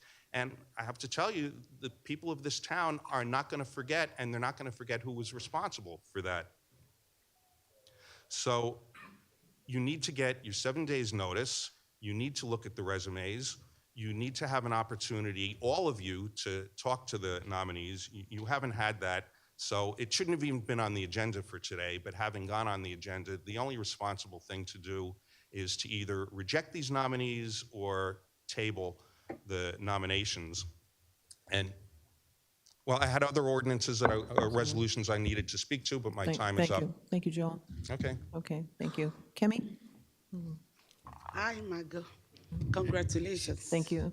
And Happy New Year. Name and address. Kemi Omani, 79 6th Street. Thank you. Edison, here in New Jersey. I have come to talk about Ordinance 717, Wait, the the one for resolution. the library board Yes. appointments. Okay. So, it has all had to do with the process of making mistake by the mayor and letting other people taking his fall. President Pat Massey and Sue O'Neill are highly qualified people to remain on the board. We know this particular appointment is from the mayor, is purely political. And the library board should be neutral and should not be a tool for mayors to do his will and his bids. President Pat Massey is one of the state library trust board. He's even on the state board. So if he lose this particular, what is it called? It means that we lose the opportunity as Edison to be a president on the state level. And those are one of those things that make the library good. The people that is bringing in, we are not too sure who they are. We know that it's possible that they are one of those people that will say yes. We are the Clarabati, we know the pattern of lies and gross irresponsibility of those people that are supposed to be representing us. And I will talk to the two of you about it. Councilman John and Kwal will never be able to do anything right by Clarabati. They are not man enough. They can't do anything right by us. And by the way, the two of you were talking to each other people are here. When you finish talking, they will pick it up. You are just disgracing yourself. Yeah. Other people are given the same assignment to talk, but they decide to keep quiet. When Councilman Quest finish speaking, you pick it up. This particular year, try and listen to people and understand what is going on. I want to say a very big thank you to the DPW, all the workers that worked through the time that they were fixing the water break, and the work in the cold and the Christmas. Kimmy, we're just No dealing problem, with. I'm still coming to them. The two of you should tell the mayor, there's already a water break again. We want those two people on the library board, and simply because they are qualified. We don't want that particular board to become one of those irrelevant boards that is not independent. We want them there. We don't want you to take away their lawyers or the Anthony. The Anthony was telling us that the mayor wants the nomination by the next meeting. You don't want them to take a decision? You just want them to put it on paper and just send it down to that place. Everyone on that particular board, as we are talking, if you take the two of them off, they don't have anything to do with the library. That particular board and position should not be a pacifier to your followers or those people that want to do your will. Remember, election is coming, and God help us, it has consequences for everybody. Okay. Liz? Elizabeth Conway, 20 Netherwood Circle. I'd like to talk about Resolution 717. I know the mayor nominates those he feels should take spots on the various boards or committees or commissions in town. And then the council confirms it at a meeting. I don't know these two people. I don't know if you know these two people. But what I know to make sense was what the council president said at the beginning of the meeting. And that struck me as, wow, someone said something that makes sense. If you are to take a nomination from the mayor, it might be the two best people for the board. I don't know them, but you need to stand by his nomination. And in order to stand by his nomination, you should be able to look at their resumes, discuss with them, and make a very good decision for each one of you. A blatant 4-3 was sad because the statement made sense and it didn't seem like anyone was listening to the sense of what the council president was saying. And it struck me that, wow, that sounds like a good idea. Why are they not going for it? At least putting off. They could be the best people. And in 2 weeks, those 2 people could be nominated for all I know. But at least you're following the common sense rule of we have a nomination, we looked into it, we feel the nomination is correct, let's move forward. And if they do a good job, good for you. If they don't do a good job, when their time is up, you approve someone else. So when it comes to this resolution, I appeal to you. Think about what you're doing. Don't just go that 4-3 route. Please consider common sense and judge the intelligent way. Thank you. Russ? Russ Azzarello, Skylar Drive, Edison. I propose, I'm against Resolution 717-12-20-24. I do happen to know Pat Massey. I do happen to know Sue O'Neill. I have been to the libraries. I have worked at the libraries with my business. And I'm not sure if this is a pay-to-play, nepotism, favoritism. But why would you have two members with a decade of experience that know the libraries, know the ins and outs, know what's best for the library, what's best for the Edison residents at the libraries? Why would you take somebody out of that position, 2 people out of those positions, and put them with somebody that we don't even know if they're qualified? Councilman Patel doesn't even have the other resume. We don't know who these people are.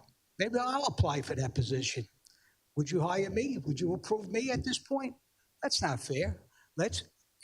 If they are better qualified, then let them go through the process. If there hasn't been ample time, if not each and every 7 council members haven't received the resume to review it, then don't even table it. Forget about it. Cancel it. Cancel this ordinance. I oppose it. That's number 1. Number 2, Resolution 008-012-025. The municipal budget shall be prepared by the mayor with the assistance of the business administrator during the month of November. The mayor shall require all department heads to submit requests for appropriations for the ensuing budget year and to appear before the mayor or the business administrator at public hearings, which shall be held during that month on the various requests. What resolution, Council President? Yes. What resolution is that? He said 008 is what you said, right? Correct. This is professional services contracts, Russ. Oh, I'm sorry, 009. No, that's the same. That's the planners. Okay. So if this wasn't, if a public hearing wasn't made in November, the same month that this was proposed, it shouldn't be. Speaker's out of order. He's not speaking on a resolution. You said you're speaking on 009, which that's the resolution awarding the professional services contract for the planners. It doesn't sound like what you're talking about. Council President? Yes. I just want to help guide. I think Mr. Azzarello is speaking of the temporary budget. Then that would be out of order because that was voted on at the last meeting. So he's out of order. Yeah. Why am I out of order? It's on here. No, it's not. Please reference a resolution that you're speaking on. Council President. Resolution 008-012-025. So that's a professional services resolution. That's not a budget matter. Council President, I think he's talking about the agenda that was originally provided on Monday prior to us establishing the combined meeting, which at that point also had the Yeah, work session yeah, on there. that's probably- So that may be the reason of the confusion. He's still out of order. Yeah, he's out of order. Yeah. All right, does this pertain to Resolution 008 or 009? No, that was voted on at the last meeting, so that's not appropriate for this resolution. You can come at the end and say the same thing. Yeah. All right, so why is it on here then? Because you're looking at an old agenda. That meeting was combined to tonight. That was voted on at the reorg. That's a temporary budget. That's what you're talking about. All right, Joe, before I step down, is that it? All right, thank you. Okay, thanks, You're Russ. welcome. Okay, Rob?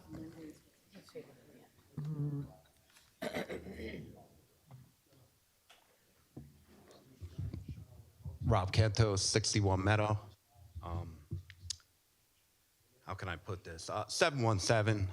Maybe I should mention, I really don't like to mention organizations I'm with, but I am the president of the Metuchen Edison Historic Society. I'm also on the board of trustees for the Danish Home. I'm the vice commander over at the American Legion Post 435. You know, the library board, you know, interacting with the community and stuff. I see Miss Massey a lot. I don't see these other people. But, you know, you heard enough of that from everybody else. Here's what I want to ask, because nobody seems to think ahead up there. We're talking about possibly, somebody mentioned up there, possibly just tabling one and doing the other one. So who wins the battle? Does Miss Massey lose her job, or does O'Neill lose her job? You know, if you pull one off, who's the loser?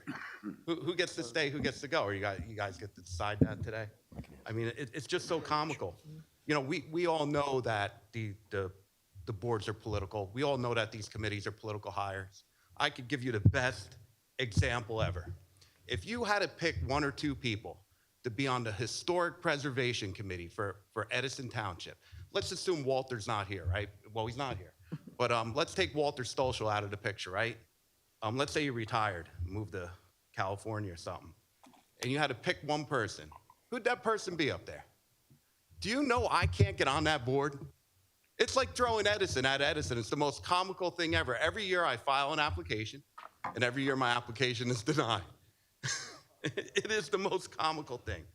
I asked Rinky Singh in a group chat that we have for the EDO. I asked her if Sam paid his condo fees in consideration of this ordinance up here, and she replied back something to the effect, Sam's a really good guy. So, you know, I looked on the court website and NJ Courts, and you could see that Sam had not paid his condo. They filed against him in 19, 20, 21, 22. He might have paid them in 23, but then they filed again in 24. Rinky Singh, she sits on the board of his HOA. She has to vote. If they're going to sue him, if they're not going to sue him, all that stuff comes up for vote.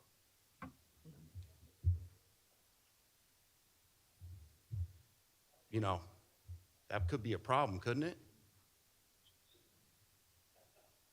You know, just those factors alone. You know, you have the mayor appointing somebody to a board. We don't know if his condo association fees are paid, but we do know he hasn't paid them in the past. And the person he's appointing happens to be on his HOA board. No comments? She didn't want to comment either, so. That's all I got, guys. Okay, thanks, Russ. Any other, okay, Akhtar? Akhtar Nasser, Pleasant Avenue. So it seems like a lot of these people back here have done their research, and I'm not quite sure. I know one of you did your research, but there's a lot of stuff that needed to be answered. So I'm talking about Resolution R717-122024. The four of you made a mistake about the Decorum ordinance, and you've made other mistakes as well. I could kind of see that there. I'm going to get to my point with this. I'm going to tell you that this is one of those things that's going to be one of those big problems. So if you want to continue to make mistakes like that, go ahead. Don't heed my advice. So there are a couple things that have been repeated. I'm going to repeat here. One, you're in violation of Ordinance 2-2.10, giving the 7 days written notice to the council about the resumes and anything else that's associated with this. None of you have anything that's printed, as Joel said. And again, does that only apply to residents? When Joel couldn't go ahead and do what he had to, he just barely had the papers for you guys, and then we were able to talk about it. Are you guys not have to do that? Is it, a difference between residents and also council members at different rules? Do any of you guys know the bylaws of the library? I mean, if you're going to go ahead and choose the people here, you should know what the recommendations are. I bet if I gave you a pop quiz right now, you would fail. I have doubts that you're going to find anyone better than Pat Massey. How can you get somebody better that's on the New Jersey State Board? Or any of those two other people better than Pat Massey? Councilman Pointer, again, I'm glad that you always do your due diligence, but we can't say that about everybody else that's up there. You have more information than anyone else, but shouldn't we be on the same playing field? Shouldn't everybody have the same data? So that's where the committee would actually be important. And I think that you should go ahead and do what the council president wanted to do. I think it's fair. And again, you should have all the information. Don't you think that it would be appropriate for anyone that's going to go and try to be on the board to be present here so that you guys can ask questions, so they can say, hey, this is who I am? Or if they do have their nomination go through, then we can go ahead and give them a round of applause. I think that would be relevant and appropriate. It seems like you need the subcommittee to have paper copies, follow recommendations, have relevant information about the candidates, and know how many resumes were gathered. There's a lot that I have to say, but in 4 minutes that I'm not going to be able to say everything. So I have questions about why did we move the December 23rd date? Why did the mayor go ahead and say that, let's go ahead and vote on it another day? It's truly because you didn't have the votes. Had it gone on that day, these two people would not have been able to get approval. So I would love to hear some other counter argument. Or maybe the mayor didn't like the candidates. Or maybe there were new candidates came in. For instance, myself, on the 23rd, I put in for the library board as well. I wonder if I have any consideration for that. Probably not. We need better transparency. We need to advertise these boards a lot better. I asked twice already to go ahead and do that. The VA did not respond to it. The mayor did not as well.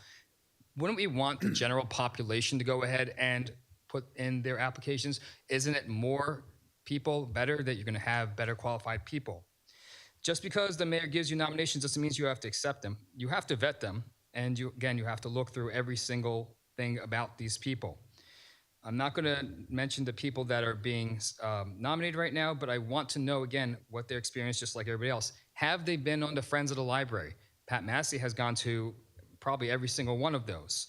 Again, with Pat and Sue, they were told on October 10th with the mayor that they have strong consideration to go ahead and be the appointments. Why weren't they? Why was it on the 12/19 council agenda? That's where they kind of found out that they weren't going to go ahead and be approved. That's just sad. It's not right. Why wasn't it that at the last library board meeting, why didn't the mayor come up there and say, good job to you guys. I'm sorry, I'm not going to go ahead and let you guys continue, but you did a great job. So it's just ridiculous what's going on here. I have so much to say, but I do not have time. Thank you, Akhtar. Go ahead, Anthony.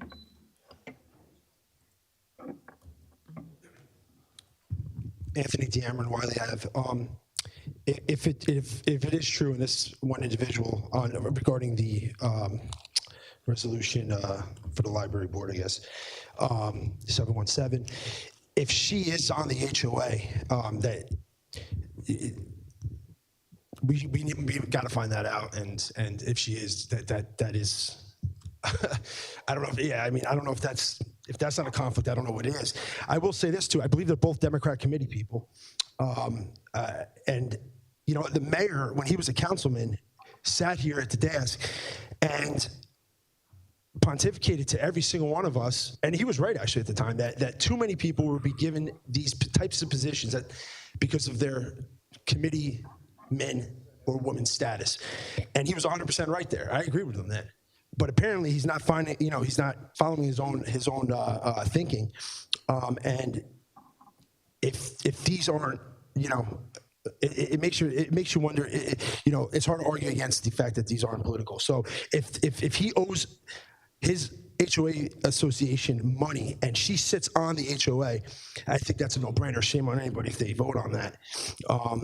And again, two Democrat committee people. Out of all the people in this town, we can't find, these are the only two qualified is quite something. But That's it, Council President. Thank you. Thank you. Diana?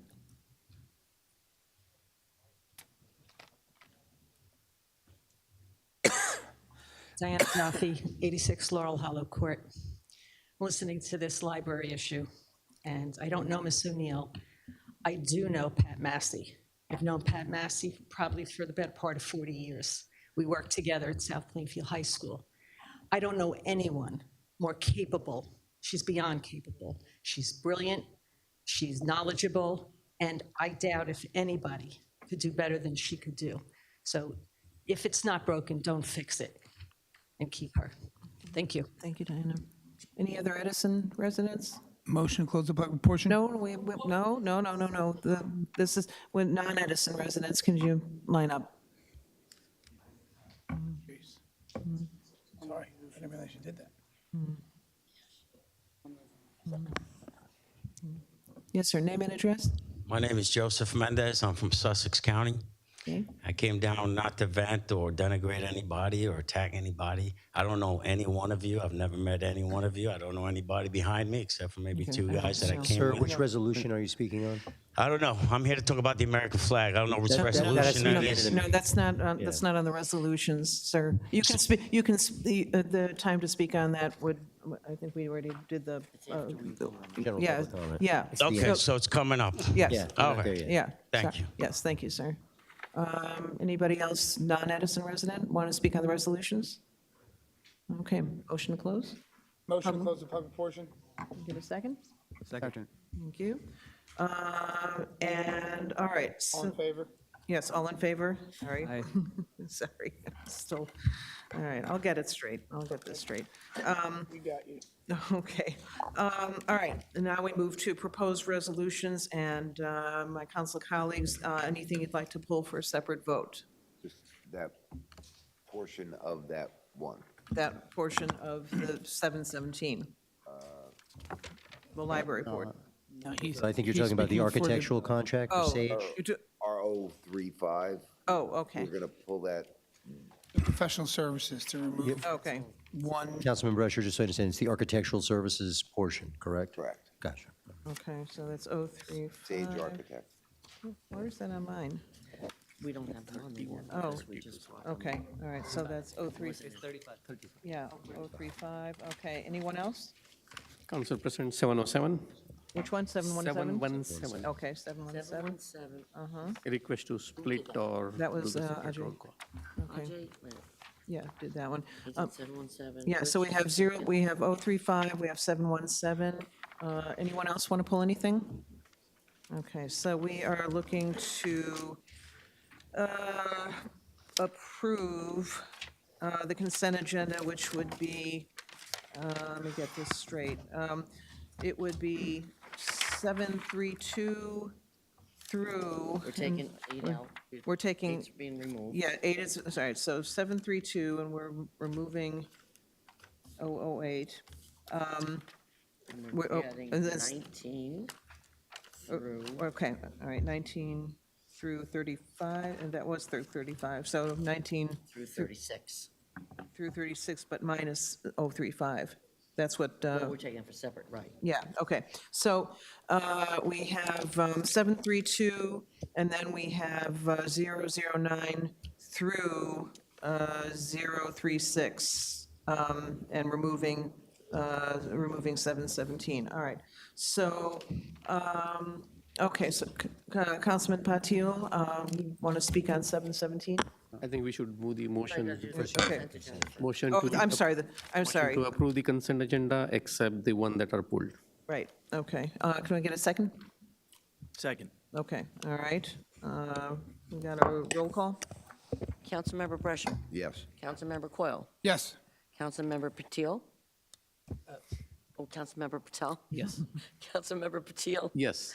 Councilmember Pointer. Yes. Councilmember Shmuel. Yes. Council President Harris. Yes. Okay. All right, now we go on to 717. 717, I would prefer to split because, as I said, like, I don't have the resume of at least one nominee. So if you can, again, that's my request. If you want to call the roll call for the approval separately, I would be That's my preference, but it's up to the council. Yes. Council President, can I ask council, is there a legal issue with the candidate, the 7-day issue? Is there a significant? No. No, there's not. These names were provided as far back as December 23rd. To me, that's notice. The idea is that notice be provided to council. The clear intent of the code is to make sure that names aren't given to you and then you're voting on them that night. So clearly, the idea is that there be notice to council. You had these at least 2 weeks ago, these names before council. So in my opinion, the 7-day requirement has been met.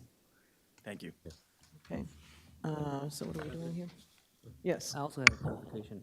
The conflict of interest. I read into the bylaws of the library, and it says something along the lines of that, if they're getting financial benefits from any decisions they made. So would that conflict of interest be even applied? It's awfully difficult. I mean, I've heard a lot of rumor this evening, no facts, no real evidence to link anything to anyone. Right. But based on what I've heard, the limited information that I've heard, without any support, I don't see any conflict of interest. Okay. All right. Any other comments? No, that was. Make a motion to approve 717? On council. Second. Wait, I'm sorry. Council President, I Yes. think the proper procedure would be to ask for a division of the question so that we can separate both, each candidate out. So a motion for the division of the question to separate out each of the candidates. That would require a second. Council President, just point of order. If we were to just vote on 717 and it votes through, this separation is over. So I just, Correct. maybe we should at least, either we have a motion to separate. I just don't feel it's necessary to separate something that I would believe is going to pass anyway. But, I mean, it's obvious, but, I mean, if you want to step into separating, then we have to create a separate resolution for each person. I don't know if the clerk can do that, but we'd have to add another additional resolution on there. I'm open to just, at your request, at your approval, to motion to approve 717 and ask for a second through your council presidency and ask for a roll call. Council President, just want to respond back to my council colleague for 008. It's a whole bundle. We are pulling one vendor out of that. Oh, I was speaking for 717. I wasn't understand, speaking- but I we wasn't have to speaking give the same treatment to both. Either you are saying you take it all or none. Well, I'm in agreement on one and disagree with the other. I mean, we're beating a dead horse right here. I think we're well aware of that. Council But- President, just to clarify, I think his statement is that if it passes as combined, does it matter to split it? It does. Yeah, he may want to support one and not support the other, and that's a courtesy. Fine, okay. I believe there's been a motion to divide the question, but I have not heard a second. Second on divide the question. Now, I would go to a roll call, we would go to a vote on, yeah. A motion to adopt, AJ did not. No. What do you No, mean? motion to divide by Councilman Pointer, Divide. second by Councilman Oh, to Patel. divide. So, Yes. so if that motion Madam Clerk, if that motion is adopted, then we'll just call each name individually. So this is the motion to divide. I want to make sure. Yes, correct, correct. Okay, so the motion was made by, Council President, before we go into a vote, if we do divide, and a question was raised before, who would they replace? Who would one replace over the other? Is that our choice? Is that the mayor's choice? Yes. Yes. The terms have, I'm sorry, I'll answer that one. The terms have expired. So these individuals are no longer library board members. So there are vacancies. Wait, I'm sorry. Could you explain? Excuse me. Please. The terms have expired, and there are no holder status for appointments to the library board. But it's not, let's just say if we approve someone, there's a meeting next Tuesday. Correct. If we approve one tonight, but we hold off on the other one, the question is going to be who's going to be sitting in those chairs? Only the one, and there'd be a vacancy on the second. Only the one, and then you're saying that, let's say it's Sue O'Neill who is, Both individuals who have terms have expired are no longer members of the library board. Wow. What? Okay, Apologize. so, all right, so, Council President, I believe that might be, I think in the laws, it states that the person continues or something like that. Only if it's a shared library, when it's in a Haven't done it municipal yet. library. We've done the research, a memo has been drafted by my firm. Yeah, Council President, it's awfully. yes, please. Okay. Christo, I'm asking for order. Please, guys, we're trying to get the answer Yeah. so we can vote properly. We have been asked by the administration to review this question, and their terms have expired. There is no holdover status. So these individuals that have been spoken about this evening are no longer library board members. There are now 2 vacancies. Okay. Yeah. Yeah, I do question that. Could you? I'm happy to provide that research I too. wish, yeah, Yes. please do. It's very confusing. All right, so where are we? So now It's the same for the planning board. let's get this straight. There's a motion on the table made by Councilman Pointer, second by Councilmember Patel, And then that's to just- divide to vote on this separately. Yes. Okay. Once So we do that, let's then we, take- after that, we So can now vote. let's take the vote on to divide them up separately. Yes. But then- Okay. All right, we'd have to decide who's going to be. All right, so we're doing. If I can, Council President, would be fair that we commit to voting for 717 for the first name, and we create a second resolution at the council clerk's number or numerical order she recommends? 37. It'd be R37. So the Councilman Patil would have to make a motion to leave 717 as is and remove one member to R37. Would that be correct, Counselor? Yes. So what, So- so on, Can I clarify the motion then? so then what member, yeah, so then. So- what- This is very, okay, sorry. Yeah. Somebody wanna So handle on it? three, It's on very, 17, which one are we going to vote on? Which member are you keeping on 17? First. the first name, Which is, okay, wait. Lavi Kabadi. All right, so we're taking the vote now on Plavi. And that's the one that we don't have the resume for? Correct. Okay. And then immediately, following that vote, there'll be a vote on Rinki Singh. Ricky Singh, and she would have a new resolution number, which would be 037, Sounds great. okay? Yep. So we're all. And each in- one will be voted separately. Both. There you go. Okay. So the motion has to be made to, There is a motion and a second. Council We're ready President, for a roll call. Madam Make a Clerk. motion to approve 717 for the one name. Councilman Coyle, it's already been, we've motioned and seconded. We just need the roll call to divide the question. Council, no, wait, Yeah. this motion was to divide it, we didn't say. Yeah, yeah. Now you're. Councilman Doesn't, no, we're not, it's just to separate it. That's all we're All right, voting on so right this now. is just to separate this vote. All right, Correct. okay. All right. Roll This is call, just to please. Separate. All right. Councilmember Brescia. yes, to separate. Councilmember Coyle. Yes, to separate to 2 resolutions, R717 and R37. Councilmember Patel. Councilmember Patil. Yes. Councilmember Pointer. Yes on the motion. Councilmember Shmuel. Yes. Council President Harris. Yes. All right, so this is just to divide it. That's the, Now just call each name individually. now we're going to keep. 4717. No, One would be for no, Council President.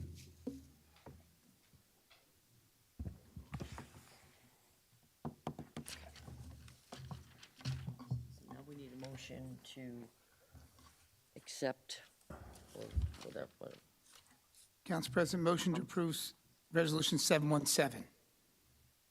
Second. And, No. and so in a motion to 717 being approve, Plavi. were we talking about, when splitting, were we talking about, would splitting mean tabling one of them? No. So now that the question has been split, Okay. we immediately proceed to calling the name of Pallavi Kabadi and a vote on that individual for a library board, for advice and consent of a library board appointment. Immediately following that vote, we'll go to a vote on Rinki Singh, and each one will be voted on separately. So we're Okay. to call the question on those individual names, because we've divided the question now. Now, Council President. Councilman Brusher, I have a motion on the floor and a second already. That's been identified. And a second. Correct. Who else first, and who's got the second? I mean, Right, so now we should be able to say what we want to say about this one appointment. Council comments, yeah. That's what I was asking Okay. Council President for, So we're doing council comments on these? on the first one. Right, Okay. okay. My question is, back a few years ago, from the administration agenda, Councilman Brescher talked about resumes. He didn't see the resumes for the library board member. He'd like to make sure candidates are qualified and feels the council should review candidates for all boards. I skipped down to what Joshi said. He just, he's seen the resume. We go to Councilmember Coyle. He agrees moving forward when being asked to support appointments for the administration, they should provide resumes. For the one individual, we did not get the resumes. So I'm just looking to vote to see that. I know that he voted that way this time. I was just going to see if he's like the mayor on the flip-flopper kind of thing on the wards. So I just wanted that statement there. Thank you. Okay. Anyone else? That was the apology. Council President, I received the resume and I'm satisfied with the applicant. Wait, you received the resume? It was uploaded to the site. Oh, when was that? We have, We just have both the last I saw, we only had Rinky's. I don't have it. Yeah. Can we pull them up, Sonia? Could somebody here show me the resume? That was uploaded yesterday, I believe. The other one? But again, there is no notification saying, that's the reason I said, the packet I considered is the Bible. Friday. Because that is the one that is published agenda outside. If you manipulate, do anything outside of that, I don't consider that as an update unless clerk notifies the entire council saying there is change that includes resume, application, anything that sort of a nature. And that's the reason I'm asking for the first, yes, the protocol is followed as far as the application, resume, awareness, everything is fine. But for the second one, if you are uploading because there is a question on Monday, that's unfair, and there is no notification this to this council. And as I said in the past, if you have vote and you want to just pass it just because you have votes, it's your choice. But as far as process is concerned, I strongly think the process was not followed, and it is unfair for this body just to vote what mayor wants. Thank you. Councilman Patel? Okay, so like the council said, we know which candidates are to be voted on, and I have spoken with both of them, and I have done my due diligence, and one of them has volunteered for 3 townships in their libraries. The other one has a treasurer they know, and they're an active part of this community, and I believe they're good candidates. I want to thank Pat and Sue for their services. They have served for 10 years, and again, this is a mayoral appointment, so we have to vote on what is in front of us. And if this is what the mayor had chosen, and I believe they could do a good job, I'm okay to vote for them. Thank you. Anybody else? Council President, I'll make the last remark here. I don't think any one of us are questioning the credibility or the resume of both the individuals. I know them personally. Both are graduate. It's not that question, it's the question of did this body follow the process? And that's where my question is. If the process is not followed, I will not be comfortable in supporting. Thank you. Anyone else? Council President? Yes. Council Vice I've President. asked, legal on their advice in regards to the process items that my colleague mentions. I echo the sentiments that Councilman Patel mentioned in regards to the service of all the expired terms on the library board, because while it focuses on just 2, there have been 3 terms that have technically expired, with one that is technically retiring, to my understanding. So just to elaborate on that, the thank you and the gratitude for service absolutely is extended. And to echo finally that while it is because it's a mayoral's appointment, I take it at that value and do my review, diligence, and decision based on what is presented in front of me. So with that, thank you, Council President. All right, for myself, I've served as a liaison on this library board the years 2023 and 2024. And I cannot say enough about Pat Massey and Sue O'Neill. They have done wonderful work. Their leadership is to be admired and held up as a beacon of how a library board should be run. I've been told, so this is nothing personal to Pallavi and to Rinky. I know Pallavi, and she's a lovely person. I don't know Rinky. I serve on the EDO also, and so they're both on the EDO. I just don't know Rinky. This is nothing personal about them. This is on principle. And I'm very disturbed about how this whole process has come down.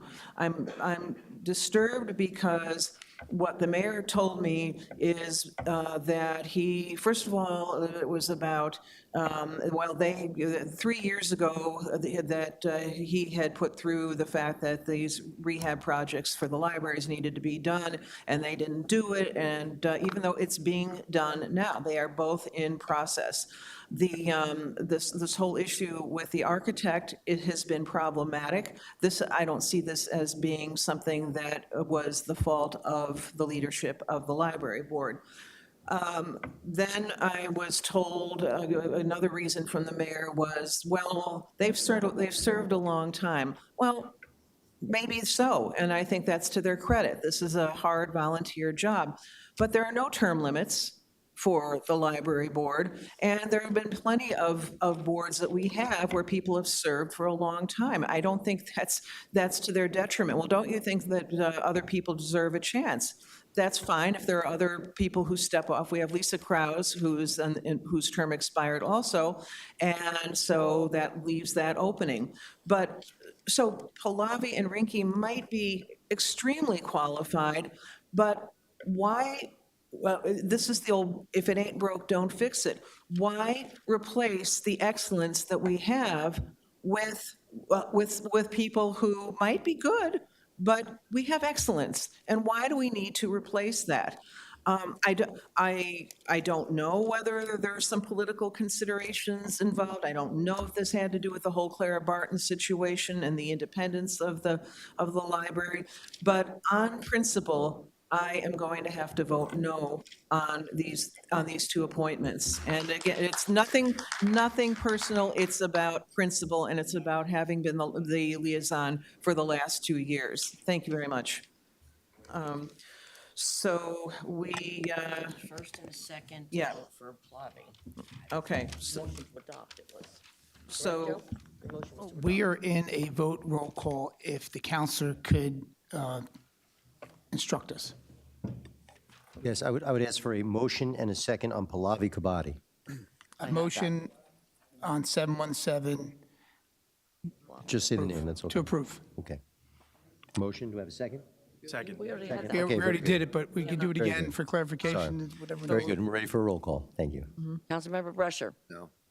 Councilmember Coyle. Yes. Councilmember Patel. Yes. Councilmember Patil. Abstain. Councilmember Pointer. Yes. Councilmember Shmuel. Yes. Council President Harris. no. So it's 1, 2. Okay. Motion passes. Motion passes. Motion passes. Yes, motion Motion passes. passes for Pallavi. Okay. Now, the new resolution number will be 037-012025, and this will be for repeal. Is there a motion? Motion to approve. Second? Is there a second? Second. Okay. Madam Clerk, we'll roll call whenever you're ready. Councilmember Brescher. No. Councilmember Coyle. Yes. Councilmember Patel. Yes. Councilmember Patil. Yes. Councilmember Pointer. Yes. Councilmember Shmuel. Yes. Council President Harris. No. Okay, motion. Motion passes, yep. Okay. Okay. Then we were going to 035. I think that was that you, Councilman Brescher, who pulled that one? Or was that you, Councilman Patil? You- Who pulled 035? Can I help? I think AJ did. Okay, I believe based on comments in the workshop, I believe a motion to amend is required. okay. Yes. A motion to amend to remove the architectural firm of Sage. Correct. That's correct. That's yeah. the, is there a motion? So we need the There is a motion to remove Sage Architect from resolution R.035. Second. Page. Sage, yeah. Is there a second? Second. Okay. Rich. Councilman Patel. Oh, Sit here. okay. Okay. All right. Councilmember Brescher. Yes. Councilmember Coyle. Yes. Councilmember Patel. Yes. Councilmember Patil. Yes. Councilmember Pointer. Yes. Councilmember Shmuel. Yes. Council President Harris. Yes. And, now a motion to approve as amended is required. A motion to approve as amended. Second. Councilmember Brescher. To separate it, yes. No, It's not, no, just Sage is removed. They're gone. Sage- Then yes. Yes. Yes. Councilmember Coyle. Yes. Councilmember Patel. Yes. Councilmember Patil. Yes. Councilmember Pointer. Yes. Councilmember Shmuel. Yes. Council President Harris. Yes. Okay, that's resolutions. So now we're done with resolutions. All right. Okay, so, all right. Now we move on to oral petitions and remarks. And so again, I'm going to ask the Edison residents. I'm sorry. We're to approve the rest of the, because we just moved one, we approved. But what about the rest of the professional services? They were all done by consent. Consent agenda. That was part of the We consent. separate, okay. Yes. Thank you. Okay. You didn't pull any other ones, but No, He's that- okay. that's it. just 035, right? Yeah, that's it. Okay, Edison residents, if you could get up and form a line. I'm sorry, Edison residents. We're not going to do this kind of discrimination. I'm ready. I'm asking again as a courtesy because Edison residents often feel that they. Excuse me. Edison residents often feel like they are getting the short shrift. So I'm just going to ask you, Mikey, if you could do that courtesy. That's discrimination. I agree that the Edison residents didn't get a chance to speak at last meeting, and a lot of this is because of what's happened on this side of the dais. I have a tremendously gigantic problem with that kind of discrimination. Oh, I don't have my. Council President, I as much as I believe you have a great idea, I would agree with the speaker. I think it's challenging to separate anyone who walks to the microphone, but Thank you, I'm Joe. here to listen to your measure of what you choose to do. Okay, all right. Let's leave. Let's leave it that I would prefer, so I'm going to put it this way. I would prefer that Edison residents be given the first choice, but I will defer. Okay? Okay. All right. All right, thank you. Yeah, I have a big problem with that. We can't prioritize one speaker over the next. Everybody has to be treated equally. And if somebody walks into this room who you don't recognize, you can't make that determination whether they're an Edison resident or not. So I understand that you're looking for the Edison residents to have their voice. And I agree with you in the sense that none of them got to speak at the last meeting when it was adjourned. I already spoken to you about my dissatisfaction over you having a motion to close the public portion during, close the meeting, adjourn the meeting during public comments. We spoke about that. And I'm trying to move forward, but I'm not going to have anything that starts backtracking. And that is a complete way that we're now backtracking. Everybody gets to speak. It doesn't matter if they're from Edison or not. None of that should be a problem. Former Council President Patel winds up saying during the Decorum ordinance that some of these things should be preserved. I would love to know exactly what part of that ordinance should be preserved. This is another example of you're not trying to move forward, or you're not going about it intelligently. That's for sure. and then you just go and chat, and you're talking during my public time. So decorum issues, remember, it's my time to talk. Don't talk over me. Don't be speaking to each other while I'm talking, okay? I know I brought this up last time. Security clearance, the officers told me that I didn't want to go through the security detector, and they said, well, we don't have a wand. So they wouldn't allow me into the meeting unless I exchanged my Fourth Amendment right to exercise my first. I have a huge problem with that. I've been to council meetings, hundreds of council meetings all over New Jersey. It's very rare, and it's actually unique to see such a security clearance to come in and to participate in a public meeting. Without public participation in council meetings such as this, we do not have a democracy. Nobody should be shooed away or intimidating over. I've come to these, I've never had a weapon in my life. Never held a weapon in my pocket or on me or anything like that. So it's ridiculous. Why doesn't it say on the eCode 360 website that the public time has been reduced to 4? It still says 6 minutes. It still says 6 minutes. So as far as I'm concerned, when this clock runs out, I should speak for another 2 minutes, because you still haven't updated anything. I mean, house cleaning, whose charge is that? Is that the municipal clerk who's supposed to do that? Because it's not updated. And also, when this 6 minutes was voted on, the 6 down to 4, when it was voted on, it wasn't 20 days. This wasn't addressed last time. I want an answer to that. When was that voted on? And did 20 days expire before those December meetings when we were only given 4? Because 20 days didn't expire, so that needs to be addressed. And I didn't even get to speak at the meeting on the December 23rd, because we illegally against OPMA, we adjourned the meeting during public speaking time. It was a complete disaster. So I lost my 4 minutes there. Where's my compensation for that? I came here to speak. Vinny Caputo from South Jersey News reached out to me and told me that commenting is shut off. Right now, commenting is shut off on the YouTube channel, Edison TV. Nobody can comment. I'm sure my face isn't even on here right now, but that's an issue. I would like to go for another 2 minutes. Thank you. Speaker's time is elapsed. No, I'm sorry, Mikey, your speaker's time But is up. you guys need to update the website, because people now come here, they look at the website. I look at that website before I enter any town. Council President, the speaker is out of order. He is out of time. Yes, thanks, Mikey. Thank you, Council President. Thank you. Good evening, folks. My name is Joseph Mendez, and I'm here from Sussex County. And I'm here to ask you a quick question. I was 5 minutes late to this meeting, so I wasn't sure if you guys do the Pledge of Allegiance when you start. You did? Yes. That's great to hear. I'm very happy to hear that, because that's going to help change that mentality that would even enter your fucking mind that you can do something against a living symbol of this country. I'm a combat veteran, and there are people who died for that flag. That flag is alive. It's not just a cloth that you can decide it's a prop today and silence people that are pissing you off because they're wearing a suit or carrying a bomb.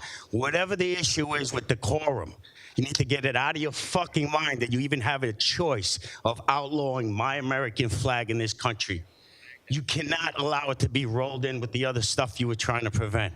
People died for that flag. People serve and sacrifice for that flag every day, for all of us. I don't care if you were born here. I don't care what color you are. I don't know any of you, but I was born here by the grace of God. But my family fled communist Cuba to come to this country, and I'm thankful to this country for opening its arms to me and my family and all the opportunities that that flag has given us. In Cuba right now, you go to prison for flying that flag. That flag is alive. It's a symbol for people all over the world. It gives them hope, and you cannot even let that enter your minds ever again, please. We're going to keep coming here to remind you how much that flag means to us. Thank you very much. Thank you. Tom? Thomas Lucky, Netherwood Circle, Edison. Congratulations on being voted town council president, vice president. Back in early December, I came here to talk about my cable bill. Recently switched over to, well, when Xfinity came into my area, I went and signed up for it. The individual who came over to my house, all real nice and smiles. This is the price of the internet. This is the price of cable. This is all the fees and taxes that go on top of it. A couple months later, pop, the bill goes up $5 a month. It's principal. Oh, it's a franchise fee. Your town should know about that. Why wasn't that built in as originally? Who do I have to talk to? Because Comcast, Xfinity, they don't care. They're like, oh, what they did was, yeah, we'll nice, we'll make nice. They gave me like 2 months of like, a credit for that, that fee. Who in the town do I need to talk to raise this up? We need to have a running list of what Xfinity does right and wrong, and we also need to do the same with Comcast. I mean, Cablevision. Right now, it's just a problem. So I'd like to know a name of a person that I can talk to about that. Secondly, I want to talk a little bit about the water main break. I think the town was very good in over communicating when on the website, as well as sending out Nixle reports and all that sort of stuff. That was great. However, I would like to see an accounting of where the monies have been spent, and as they gone to the appropriate departments, not to affect let's call non-Edison Township water township residents. There was a lot of hard costs with going and the cost of the repair, the cost of the overtime and all that.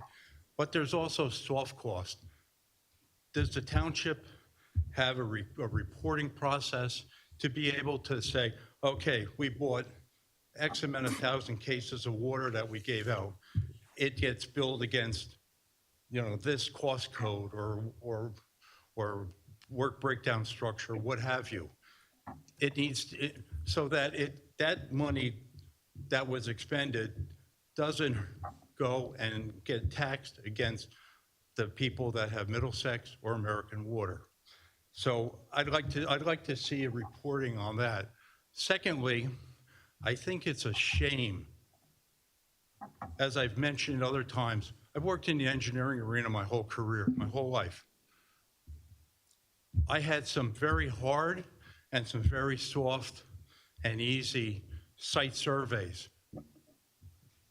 The engineering firm that did this site survey and said, oops, we couldn't go and describe or determine where all the lines were. That's an excuse. I've had to spend many hours going to make sure what I did was right and was thorough, and not give an excuse saying, oh, we think it's right, and let us go. They need to absorb those costs, whether they're error emissions or what have you, but they need to be held. Speaker's time has elapsed. Yes, thank you, Tom. Can we, Tom asked about the cable bill situation, and I don't remember. Well, hold up, I'll get back to that. Maybe we'll just deal with this now. The cable bill issues. Where does he take this? Where do we go with this? Council President, there should be a liaison for Comcast. If there's not, I can ask later through the administration or to the Senator Pat Dagnan's office if there is someone who is an appointee to the area. Is that fair? And I can get back to the resident. Yeah. Yes, I mean, you can. Right, and I'll get you a contact. I know it's about principle. I know you're complaining about $5, but it's principle. It's not the $5. It's principle. You were told one thing and you got another. All right, so you can get his information? I will. Okay. I have his number, but I'll get it again tonight. And then there was a question about the water main, where the money was spent? Was that what you would ask, sir? Tom? Okay. It's all getting charged to the water utility. Okay, thank you. All right, thank you. I'm sorry, Mikey, I'm going to just give you this point that.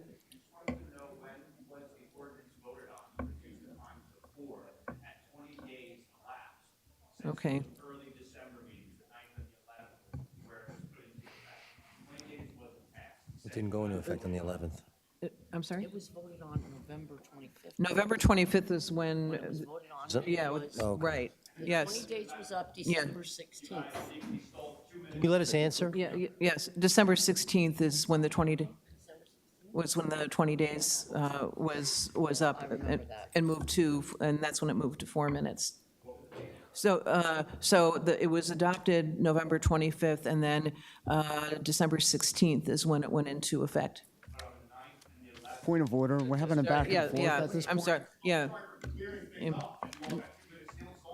You didn't know. No. December 9th and December 11th, they were both at 6 minutes. Yes. December yes, 16th is when yes. it turned over. December Correct. 23rd is when. No, it actually, yeah, Mikey, I would disagree. I know I have to leave it here, but no, it started, it's so for the December 23rd meeting is when this started. Right, okay. I have to stop. Okay, thank you. All right, Joel? Joel Bassoff, Edison. What a disappointment tonight was that these unqualified and illegally nominated library nominees were approved. This council has been getting abysmal advice from the township law firm. It goes back to the Decorum Ordinance, which led to one of the greatest debacles that this town has ever seen. You got the kind of advice from the firm that should lead the township to seriously consider changing legal counsel. And you have a law firm that obviously represents the interests of the mayor and the political machine that placed the mayor where he is, because it does not represent the interests of the council. You were put in a position where you approved nominations that were not validly submitted under our own township code. You didn't have 7 days to look at the resumes. A nomination that's made without a resume is not a valid nomination submitted to the council. Our municipal code says it has to have a resume, and the majority of you did not insist on that. You also have to have an opportunity to consult with the board in which the vacancies occur.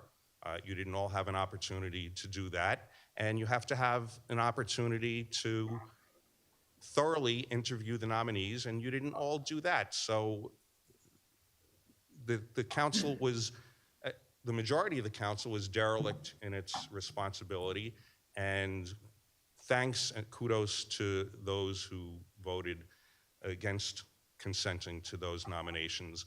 And of course, since the nominations were not actually lawfully presented to the council, when those nominees take their seats on the library board, any actions that the library board takes could actually be subject to legal challenge if it turns out that those people were not lawfully appointed to the library board.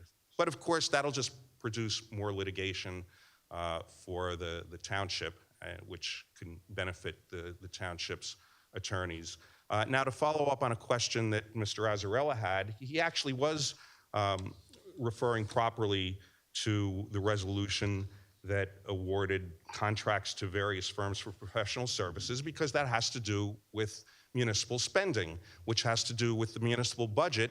And what he was pointing out is that our charter says that the municipal budget has to be prepared during the month of November. The mayor shall require all department heads, and I'm quoting verbatim from our township charter, section 3-15, the mayor shall require all department heads to submit requests for appropriations for the ensuing budget year and to appear before the mayor or the business administrator at public hearings, which shall be held during that month on various requests. And it says public hearings. I asked the question at the previous meeting, why have we not had public hearings? The answer I got was essentially, well, that's not the way we do it. But that's what our municipal charter requires. So again, with the attorney that this township has, when you get a legal ruling, to be responsible, you'd better ask the attorney to show his work, show the specific sections of the statute or the code that he's referring to, because otherwise you don't know if he's just being an advocate for the administration to see what he can get away with and what he can put over on the council. So my question is, going forward, will the council, with every legal question, ask for backup, ask the attorney, show your work? All right. To our council, do you have any? I'm not even going to respond to that. I think the statements were largely defamatory. I think Mr. Bassoff basically said that we gave certain advice to create litigation. I don't even want to dignify it with a response, and I'm not going to.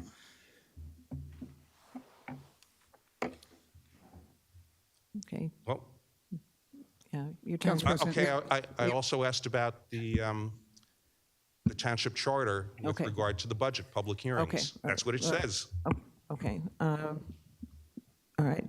So your question was, what was your question again? Well, why do we not have public hearings on budgetary requests in November as the township charter requires? And we answered that at the last meeting, and the answer is the same. There's no, the hearings did not happen. There's no other answer to be given. Right.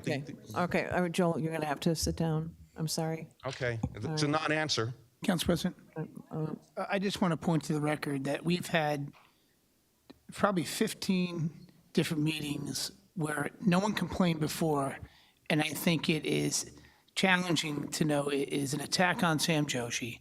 They didn't complain about Mayor Lanke, same situation, same problem. They didn't complain about Mayor Singalino, same situation, same problem. I just find it odd that today, all of a sudden, it's a problem. Thank you, Council President. Okay, Russ? Russ Azzarello, Schuyler Drive, Edison, New Jersey. And not for nothing, Councilman Coyle, but two wrongs don't make a right, and better late than never. If something's brought to your attention, you have to listen. You don't have to like it. The lawyer doesn't have to like it. You have to listen. We have 4, 6 minutes, 4 minutes, whatever. You have to like it, listen, and you don't have to like, but listen. We have that right. That's our amendment. Now I wasted a couple of seconds here. Let me begin by saying it's no surprise that these last few months have been very challenging, frustrating, and emotional at times, as not only have our questions, concerns, disappointments, and anger over many of our quality of life issues been ignored, but we've been subjected to an attack on our First Amendment and ban on the U.S. flag and United States Constitution, which, because of you, drew township, statewide, nationwide, and international attention, anger, and support. The eyes of many have been fixed upon you, and with each and every meeting. How would you like each and every one of you to be viewed? How would you like to be known and remembered? I'd like to share with you, because people do pay attention. They are watching the meetings. You are in the limelight, whether you know it or not. And we all are, believe it or not. I like to share something with you that I received, because if you don't think that people remember, you're wrong. I received this. I have to share with you this morning. I'm at the doctor's office, and a man comes in wearing red sweats that says Edison in gold. I asked who he was. He replied, Mr. Van Pelt, who was a gym teacher and a driver's ed at Edison High and TJ. He told me a story of a conversation with a student he had many years ago. It was you. He was teaching about the stages of grief, and you came up to him after class saying, wow, Mr. Van Pelt, you described me. And what I feel is normal then. He said you were a senior when your dad died a few years prior. Whatever you both talked about stayed with him his whole life. He remembered what you said. People are going to remember. People are going to remember how you act. If you're a seat warmer up there, if you're a rubber stamper, if you don't vote with your head, with your heart, and with your conscience. This is the mayor's last year, the last out of 4 years, right? You have a chance to save face, do the right thing. Just because something comes in front of you, you don't have to agree with it. And let me tell you something. If 10 people come to me, to my job, and want to cut grass and landscape, I'm going to look for the best qualified. How could you, 2 people, Mrs. Massey and Sue O'Neill, how could you terminate their positions for 2 people you don't even know? One of them, you don't even know their qualifications. That's ridiculous. You should know their qualifications. They're around children. They're going to be around children, the library, the community. We don't know who they are. You don't know their qualifications if they're right for the job. Decade of experience, known throughout the state. I can't even find the words to describe. It's got to be appalling and embarrassing. I'm embarrassed for you for voting for this. Shame on you. I got 43 seconds. I need about 10 more minutes. You know, this failing administration is setting a precedent to be incompetent, undependable, unreliable, non-proactive, untrustworthy, and non-transparent, consistently focused on wasteful spending on Edison tax-paying residents' dollars. You're turning a blind eye, deaf ears to the veterans, to the seniors, to the old and failing infrastructure, high taxes, high crime, wasteful spending. The department heads. Where's the department head? Why wasn't these roads sanded? Your time is up. Thank you, Russ. Welcome. Okay. Liz?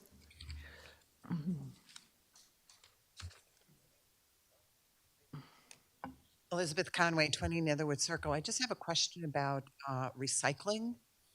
After Christmas, with all the different gifts and cardboard boxes, my recycling day was January 1st. And I didn't have the information. I couldn't find the information as to how I was supposed to get rid of all my cardboard boxes. And luckily, Marlena and John Pointer were diligent in letting me know what I could do, and I thank you both for that. But there used to be an access to the mini Veal where you could drop off cardboard. And there was a sign up that it was for recycling, and there were times that you could drop off recycling. I noticed some people took advantage of not dropping off the proper recycling, and I don't know if that has anything to do with it. But since that time, the sign is gone and the gate is locked, so we can't drop off cardboard there anymore. And I was told we had to go over to New Durham, and I was wondering, is this the only place in the township that it can be done from here forward? And that was my question. Okay. All right. Sonia or whomever, do you have the answer to that? So as you may recall, last quarter of the year, we have a dedicated recycling yard. So that is exactly where Ms. Conway should take her items to. So Mini Veal will never be reopened? It is not. So we have to go across town? Yes. Okay, thank you. Liz. Okay. Anybody else from the public? Lefty. Good evening, Council. I am El Rampador. I'm with sativacross.org. We're a 501c3 here in New Jersey fighting for disability rights, cannabis patients' rights. Last meeting, Councilman Brescher asked the BA if they had paperwork on the incline out there that says that it's ADA compliant. Was that ever found? Was that paperwork ever found?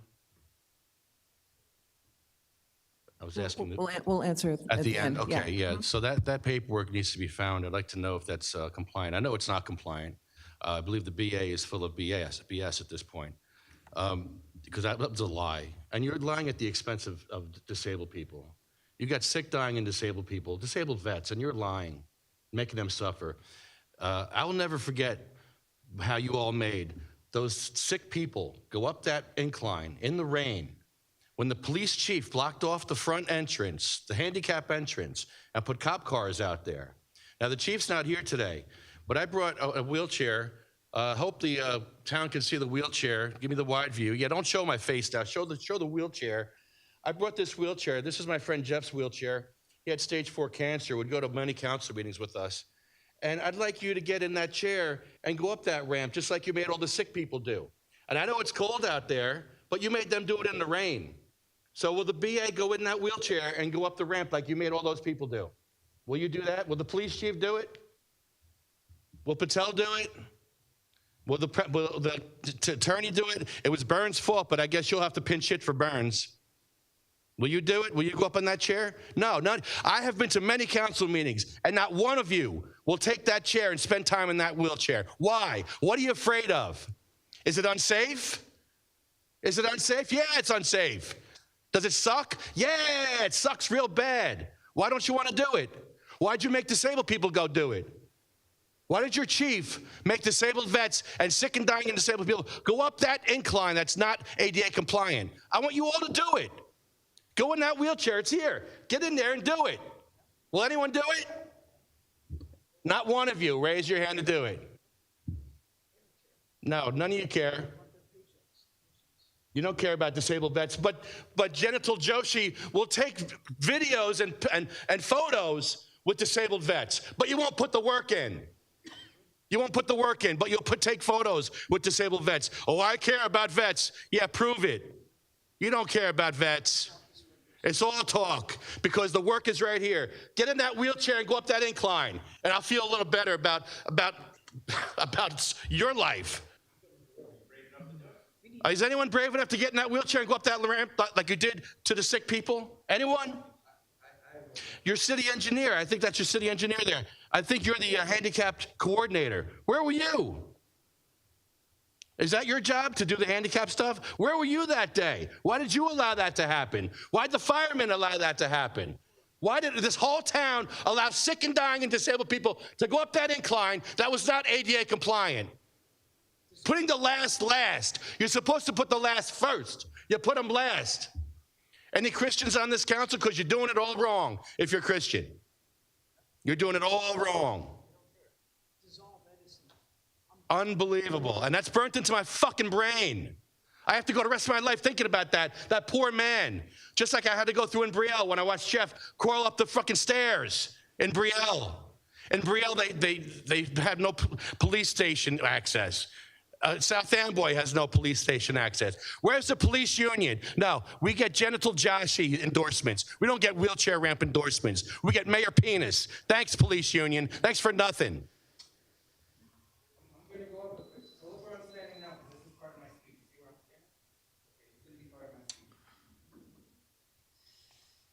Hold this button. Yeah. All right. Am I recognized? Yes. Okay. So you saw how far I was when I moved the line, okay?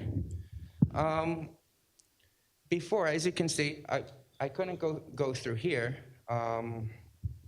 So I went around. I was just gonna go around. I didn't notice how far back. Normally this doesn't go all the way to the wall. I can just sneak around and come back this way. In the middle of doing so, the BA starts talking to me. It's not her job to start talking to me. You can tell me to move. The police are here to tell me to move. I know where I can stand and where I can be. I was about to go over the line anyway. Then I said some words. She said some words to me. She initiated contact with me. I said some words to her. Do you know what she said to me? She threatened me. How many of you heard the BA threaten me, terroristically threaten me that her husband is going to be waiting for me outside? I don't know if you know this, but Deputy Chief knows she's writing a false report on me now. I dare you to charge me. I'm going to charge you with writing a false police report. And she's smiling about it. So through the chair to Pointer, and Margot, I'm sorry, you know I love you. When you're around, I'm always going to be behaved. But at the same time, these instigations have to stop. They're instigating me. All right? And yeah, everything I said, every curse word I said, it was all building up. Something that you wanted to prevent is now going to happen all year long. Good job. Good job. Councilman Pointer, one time Councilman Pointer called a fake point of order because I was saying that the BA is corrupt. And he said that's a personal attack, and then police removed me. It's not a personal attack if I say the BA shouldn't get a raise. I think she's corrupt, especially with the pay-to-play scandal that went through the news. So John Pointer's a piece of shit who calls fake point of orders as a way, nefarious point of orders, maliciously to instigate. She's a piece of shit. And she's a piece of shit. And I'm gonna say she's a piece of shit right now. All right? 2 years ago, and I'm gonna put this on YouTube, when Coyle had me removed that one day, I'm walking downstairs, it's on body camera, she sees me, Jesus Christ. She uses the Lord's name in vain, Jesus Christ. And then you know what she says? Shortly after that, I'm getting my weapon, or I have my weapon. The police, they refused to file a police report that day saying she was being sarcastic. But when you take that day, and what we all witnessed, the threat she made today, that's now a pattern. That's a fucking pattern. And I'm not gonna allow anybody to keep fucking with me anymore. Fuck you, you're a bitch. I'll be outside, I'll be waiting for your fucking husband. This is unacceptable. Crystal, I am not You going are I'm not going to encouraging allow it. this. I'm not going to allow He this. is harassing I'm not me. going to allow He has been harassing I me. am waiting for your And husband you're allowing outside. it. Crystal, He has been harassing I me. have 43 seconds left. This is Continue. my Sit down. time. Robert's rules of this You're is my I'm going to time. ask you to sit harass down, me. Shut Crystal. the fuck up. Crystal, It's my time. Crystal, I'm asking you to sit down. This is not appropriate. This is not. It was very appropriate. I only have 28 Crystal, seconds I'm left. asking you to sit down. You're forfeiting my time? I am. Okay, tort claim on you, stupid motherfuckers. Stupid motherfuckers. My question? Council President, that was not appropriate to be attacking our BA with language like that. It just was not appropriate.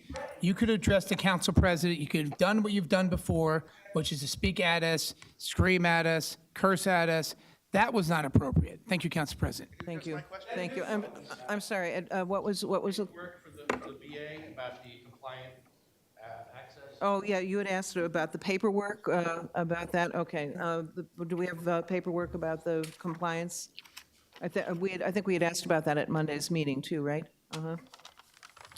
We'll get that to Councilman Brescher as it is requested. Okay, all right, thank you. All right, we'll get that. Akhtar? Akhtar Nasser, Pleasant Avenue. I think we need to look at the interaction between Christo and the BA. I know that there was something that I heard that wait until my husband does whatever, so I feel like that was threatening there. I'm not sure what went back and forth, but I think that needs to be investigated. All right, I wanted to thank the Council President Harris for having the guts to do something that was really hard at the beginning. It didn't work out, but many of you up there know right from wrong, but I have questions about some of the other people there. I think we did get bad legal advice from our lawyer today with respect to holdovers. If you look at the library bylaws, it says the following under Article 3, board membership. Board of Trustees members whose terms have expired shall serve in a holdover capacity until official appointments have been made. I believe you said something different. I could be wrong. Maybe you can speak on behalf of that, but that's what that says right there. So if you were wrong about that, I question about everything that you gave as advice today, and you messed up the whole proceedings. Okay, principles mean something. I have nothing against the people that were appointed. In fact, I actually know one of them sort of, and I kind of like them. But again, we do need to follow procedure. We can't just make things up as we go. I would love to know what Pat and Sue did wrong.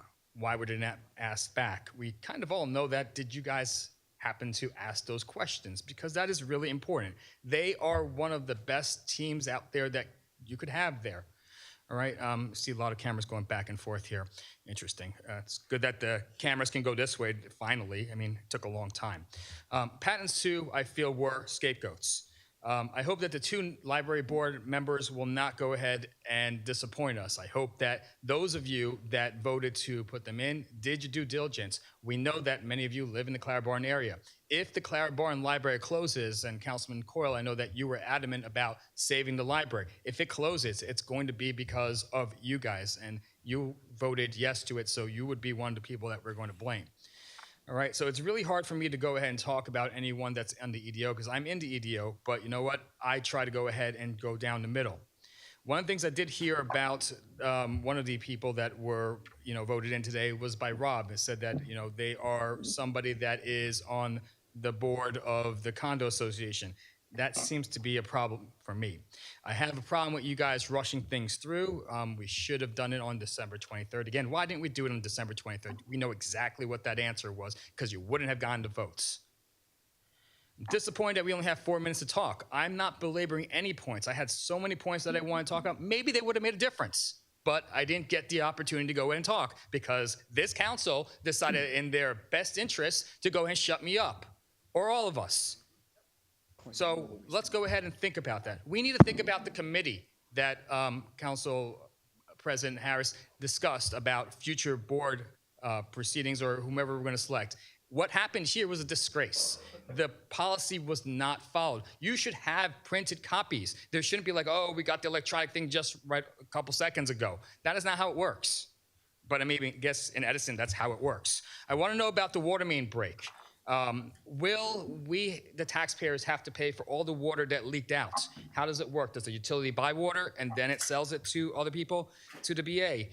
You said that I was incorrect in my email that I sent yesterday and you responded at 10 a.m. You said that I was wrong about my assertions that most of the communications happened after 8 p.m. I got something finally today by Pat at 4, and it seems like that counters what you said. And if you were right, why didn't I go ahead and get that information at 10 a.m. when you responded? So I feel like you guys are just giving whatever messages you want to give, and maybe I'm wrong. Go ahead and counter me. Clearly, we have communication issues that we have to deal with. And again, I feel bad for Pat and Sue. This is terrible what happened today. Doctor. Anybody else from the public? Okay. Yes, Rob? Rob Kento, 61 Meadow. I have actually had a real simple question, but I'll save that for after. Brought up the water system on December 30th at maybe 9:15, 9:20 a.m. I was on the township website looking at the public hearing water documents from 2019, and a couple people were IMing me saying, "Hey, do you have the water documents?" I said, "Sure." I posted a link to them. About while I was viewing them, poof, they were gone. They're still not up today. Somebody took them off. And then that same day, the mayor quoted right from those documents. Are we going to get the water documents back? I'm only missing one of them. I could Oprah them, but if you just put them all back up now that the crisis is over and we don't need to hide anything, that would be nice. Thank you. I realized, Akhtar, you had asked about the water main leaks and who would be paying for that. Is that correct? Can I ask you, Sonia? That question was answered, Council President, that they're going to be building the utility. Is that correct? She did. She answered that. Okay. No, the question was directed towards the leak. I have our water sewer director here who can answer that. Okay. Thank you.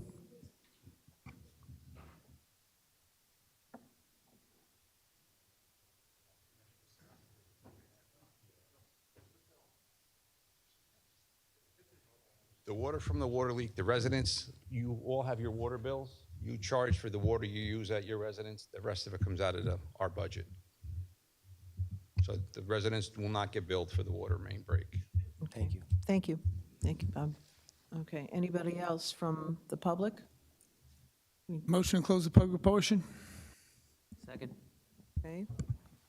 All right. All in favor? All in favor, yes. Aye. Okay, aye. All right, and we now move to number 16 from the council member to the planning board. And I know that, was there anything? No? No, I don't have anything. Okay, all right, so points of light, just a few announcements.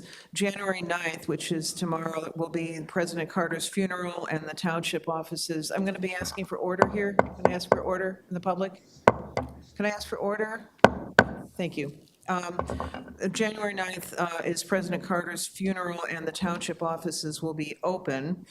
January 14th, Edison Township Blood Drive, 10 a.m. to 4 p.m. in council chambers. January 20th, township offices will be closed for Martin Luther King Jr. Day. I would add to that January 18th, I think, is where we are celebrating Martin Luther King Day over at Minnieville. I believe that's, I don't know the times of that just yet. And what's that? I think it's, yes, it's on the website. That's Saturday, January 18th. Any other points of light? Okay. Now we move on to discussion items. I don't know where Councilman Brescher is. Oh, I forgot about the committees. I'm so sorry. Council committees. Anyone, any reports from council committees? I'm going to go from you, Councilman Coyle. Council President, I just have a question. I should have asked it in the work session part, but would you be appointing someone from the council to the planning board? Yes. Only because they have a reorg Yes. coming up, and it should have been discussed earlier. Yes.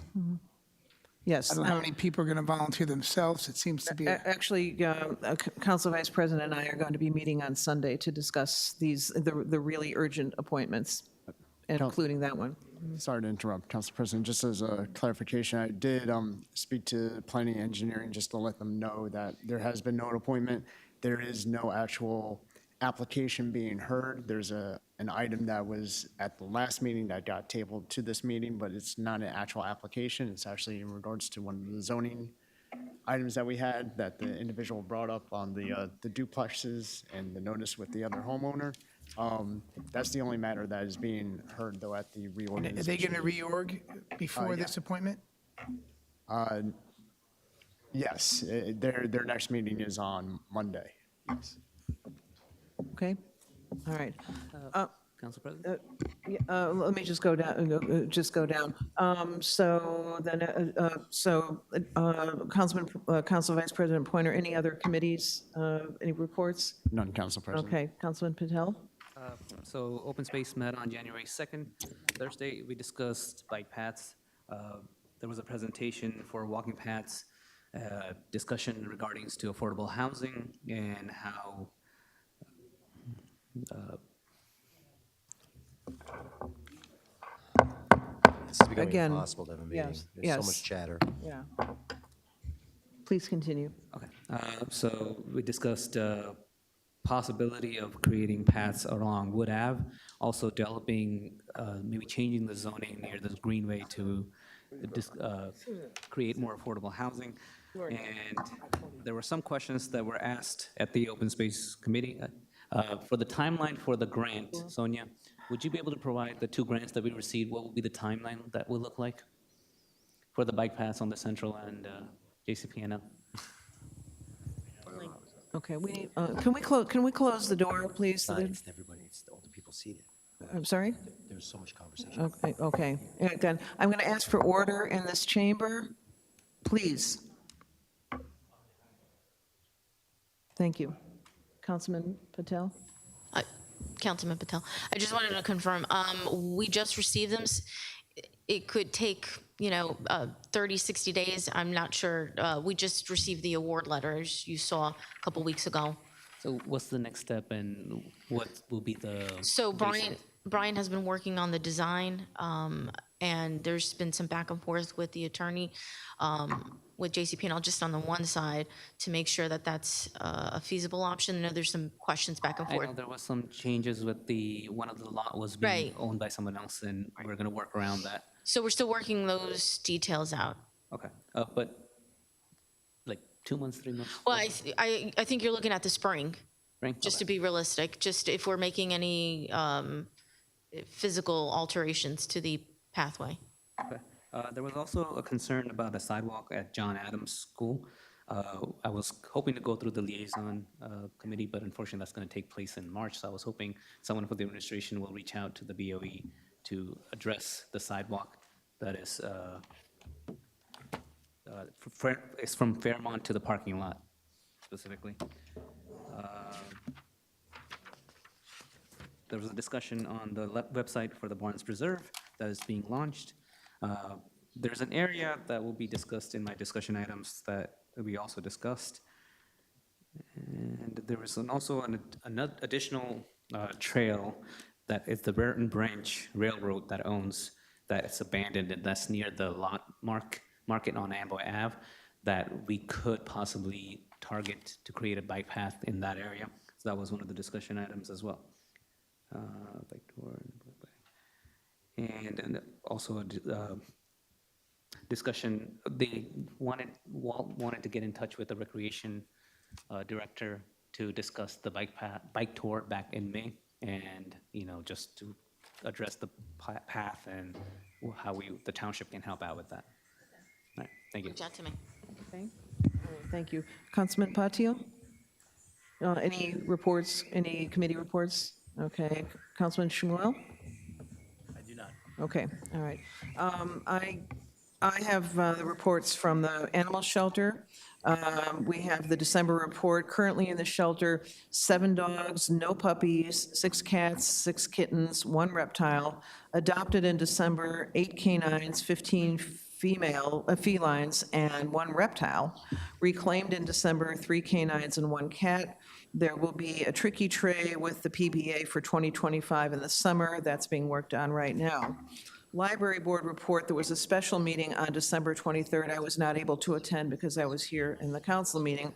But this was, the second round of bids were open, and a rental space, the headlines are basically the second round of bids were open, a rental space was located for when the North Edison branch closes, and there were a number of committee meetings. The director's report indicated that the library will be looking to order a new bookmobile, likely in the 4th quarter of 2025. Current bookmobile was previously owned and has some issues. We have the update on the construction in the main branch. Capital, let me make sure I've got this. We're finishing up construction, and they'll be delivering the shelves and the books that were in storage. Remediation of the first floor is scheduled to start on the 27th of January, will continue for 2 weeks. Ms. Saar stated that a new children's librarian, Jaylene Betancourt, started this month. The committee reports, Ms. Massey stated that they are very pleased with a new temporary location that was found on Oak Tree Avenue. Ms. Massey clarified that throughout the state, it's best practice to have a shared service agreement between the public library and the municipality. A resolution to approve and award construction contract for renovation and expansion of the North Edison Branch Library went to Palpro Builders for $4,280,000, which includes the base bid of $3,980,000 and alternate 1 roof of $300,000 as the lowest responsible bidder was approved. There was approved a collective bargaining agreement between the Edison Public Library, Locals 2204-1 and 2204-2 of the American Federation of State, County, and Municipal Employees, AFL-CIO Council 63, for the period from January 1st of this year to December 31st of 2027. A resolution to empower the library director and board attorney to enter a lease agreement for temporary space at the North Edison Branch Library at 1907 Oak Tree in Edison for approximately 15 to 18 months during construction was approved. On motion and second, the 2025 a resolution to approve the 2025 operating budget was approved, and the resolution to approve the capital budget also went through. Resolution to transfer $1 million from the operating account to the North Edison Branch capital account was approved. There was a resolution to approve the 2023 audit report prepared by Supley, Clooney and Company, and that was approved. Roll call. Oh, don't need to go through the roll call vote. The attorney discussed a possible resolution to offer Mr. Kleiman a contract for the position of library director, and that would be binding upon acceptance, that would track the salary increases of rank and file union members and would be for cause contract. A resolution to authorize Mr. Brady to send the previously discussed for cause contract to Mr. Kleiman via email for a 1-year time period with the option for a 1-year extension to the library discretion was approved. The next meeting will be Tuesday, January 14th at the North Edison Branch, and that is my report. Okay, we now go on to I believe it's a discussion item, so I'm correct? All right. Yes, okay. And Councilman Brescher, you had some items? Yes, I'll tell you what, since it's getting late, I'm not going to go through all these. And it's Joe's birthday today. But just one question. Sonia, could I get those reports for the fire alarm? I don't know if you might have sent them. I just didn't see them. I was sick. I have in the past. We are currently working on the new fire alarm. Did you need anything with the new fire alarm? Yeah. Because it's being worked on. Right, just the latest test that they've performed. Whatever date it is, you know, I mean, if it was last month, whatever it is, but if you can just give me those reports, I just want to look at them just so I know about the progress, that's all. The other items I'll come back to at our next meeting for Councilman Coyle's birthday. Thank Happy you, birthday. Councilman Brescher. Councilman Coyle? Oh. Well, not have much to discuss, but I will say, I didn't appreciate hearing Council President announce my birthday, and because I was 7.5 minutes late, she said, well, the hell with him. I don't know, I thought that was just kind of low, but it's all good. I accept, but I just was like, I was literally, and I text her, I'm in the parking lot, so I know she didn't mean it. It kind of, sometimes we just talk like that, but I had to address it, but it's all good. I can stay up till 11, it's okay. I've never been called a scumbag on my birthday, but it's okay. I mean, and people have their right to speak, and I get it. And I have nothing to discuss on my discussion items, only because it's a late night and the public, I know, wants to be home, so thank you. It's you, very Councilman refreshing Coyle. to see that Councilman Coyle has a sensitive side. Thank you. All right, Councilman Patel. So I would like to make it quick. So the main thing I wanted to discuss was the Oak Tree and Fairmont lot. This was the discussion at the Open Space Committee. They were hoping to use that lot to create a community space for those neighborhood. And hopefully by next month, we will have a presentation that we will have developed as to a couple of ideas of what we can do with that space. And then we can present it to the council and hopefully take it to the community and have the community's input into this project and maybe move forward with that. And the town finances, I think we have discussed in the past, so I'm going to skip on those. Okay. All right, Councilman Patil? I'll be taking a long time because I skipped my report during the December meeting, given the situation in the council chamber. So I only have two, but I'll be clubbing both year in review as well as the township employees. So we didn't wish, this council didn't wish Happy New Year, but to all the residents of township, wish everyone very happy and healthy New Year. Congratulations, Council President. You have a very hard job. Congratulations, or Vice President. You have been in that shoe, so you know what you are getting into. Now I'll be getting into the more line items that will talk about the journey last 2 years or a year, mostly that happened last year. At the same token, I would expect, Council President as well as Vice President, you would respect the audience. You will be open for the full transparency, and this council will be doing the right thing for the town. I hope our attorney gives concise and advice to this body. I spoke earlier on that. Will be respectful to the resident by paying close attention to what they have to say.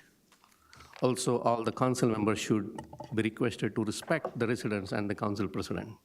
No cross-talking. We saw that today as well. I mean, not interrupting the meeting, no cross-talking, avoiding isolated discussions. We have other end most of the time or in the audience while meeting is in progress. Let's maintain the sanity of this dais. Let's be serious for the business. We have great township employees, and I thank everyone what you do for this town.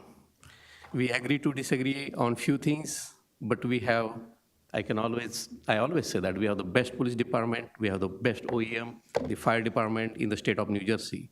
We can agree to disagree on some of those things. DPW has been always great at moving things forward. Thank you, finance team. You always respond fairly quickly. Big shout to our zoning officer, Jim Yard, our engineer, Brian, always helpful. Planning head, Hank Bignell, and construction officer, John Saltes. Very, very helpful people in our town. In short, all our township employees, thank you, all of you, what you do for us. There are many more names to thank, but that will take a long time. But thank you, Chief, Deputy Chief, Andy Toth as well, for what you do for us. Now for the year in the review, and there are a lot many things to be said here. I brought up several discussion items related to spending and residents' quality of life, immediate priorities. When things are said, we got it done, but you hardly hear at what cost, how far, and what this means to us and the next generation. Great examples. Glendale acquisition. We closed this in rush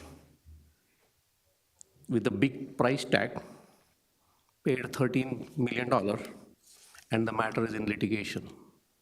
We are paying $50,000 month over month, plus the litigation cost. And we have no idea when that litigation is going to close. I heard Mayor Joshi mention the development opportunities, but I have not yet seen the plan. Budget hearing, it is supposed to be a public hearing. While Mayor Joshi was a councilman, he touted for the transparency. He forced the budget hearing in the Middlesex County College. But last year, we got into the council meeting, and council members got hardly 6 minutes to ask questions. It's surprising. Township finances and infrastructure priorities. We are at close to $200 million debt to this township, and the township budget is close to $175 million. So we have more debt than our budget is. We have a full-time mayor with $1 million department. He has a chief of staff, he has a community liaison, and many more people were helping him for the outreach. Mayor Joshi borrowed roughly $100 million in the last 2.5 years. All prior mayors borrowed $100 million, so look at our spending rate. This is on top of $12 to $15 million that Mayor Lanke left during the COVID. That was the money that we got from the state. Look at the projects that were branded as we got it done. Toth Center, spent close to $4 million, project is stalled. Look at the sports center, we started at $4 million, we are at $12+ million. We have prioritized, I think when we say that this council is equally to blame, the priority was more to the photo ops project than the quality of life. Mayor Lanke started the paving program, continued that for 8 years, and thank you, Mayor Joshi, for continuing that. Unfortunately, this body did not stand up for some of the big ticket items. We could have paused them, or we could have done our due diligence before moving forward. But hey, let's see how residents respond. This is the election year. Edison Art Society had been here for a long, long time, very disappointed. This has been moved out of this town hall. Animal shelter, big debacle. Thank you, Council President. You spearheaded that along with Sonia. Thank you for providing all the support to restore that. But thank you, we were able to correct the situation. Now let's talk about the entire town, Clara Barton section. Mayor Joshi tried closing the library. It's a fact. We're trying bypassing the resident for Jackson Avenue project. But thank you to Clara Barton residents who came here, who stood on the grounds to oppose all those things, and we were able to reverse those decisions. Irony is we also lost my council colleague's pet project, Flowers for Clara Barton. Years and years that neighborhood used to look beautiful. Now there are no flowers. There are annual festivities of Clara Barton. Clara Barton is known for annual festivities. Lost all of those festive environment. Everything is moved to central location. South End, Edison Water Utility. We have not moved a lot on the Edison Water Utility, but Mayor's unknown executive order, which I spoke many, many times, shutting down services to condos, the townhouses, the apartment buildings, not serving those communities is very bad. not prioritizing water and sewer pipe replacement, and we just saw the water debacle. And I hope this council this year will push forward to get more things on or more traction towards the rebuilding the Edison water utility and funding it. This year 2024, I'm pretty sure every resident in the South End will remember this for water debacle. It was not about the water leak or water main pipe we were not able to locate. It was about the communication and the transparency that was happening at that time. I would have expected our OEM director or the water department director would have communicated to this council very closely what was happening on the ground. Didn't happen. I texted mayor several times. I called Chief of Staff Bob Deal. He had no idea what was happening. I called Pat Coyle. He had no idea what was going on. People were anxious to know what was happening. Yes, mayor can be on the ground, but who is the subject matter expert? During the COVID, did we see Governor Phil Murphy coming and giving the briefing, or it was the health director giving the briefing? That's where the problem is, the communication. Over-communication is always fine, but at least communicating that to the elected official was very important. That didn't happen. I'm very disappointed with that. Township finance and infrastructure priorities, as I said, we really need to move forward. North End, what happened? Cannabis. We tried changing the zoning. Mayor thought he had the 4-5 votes on the council dais. When the push came from the resident, there was an attempt to table that ordinance. But thank you to North End residents who stood on their ground and made sure this council voted it down.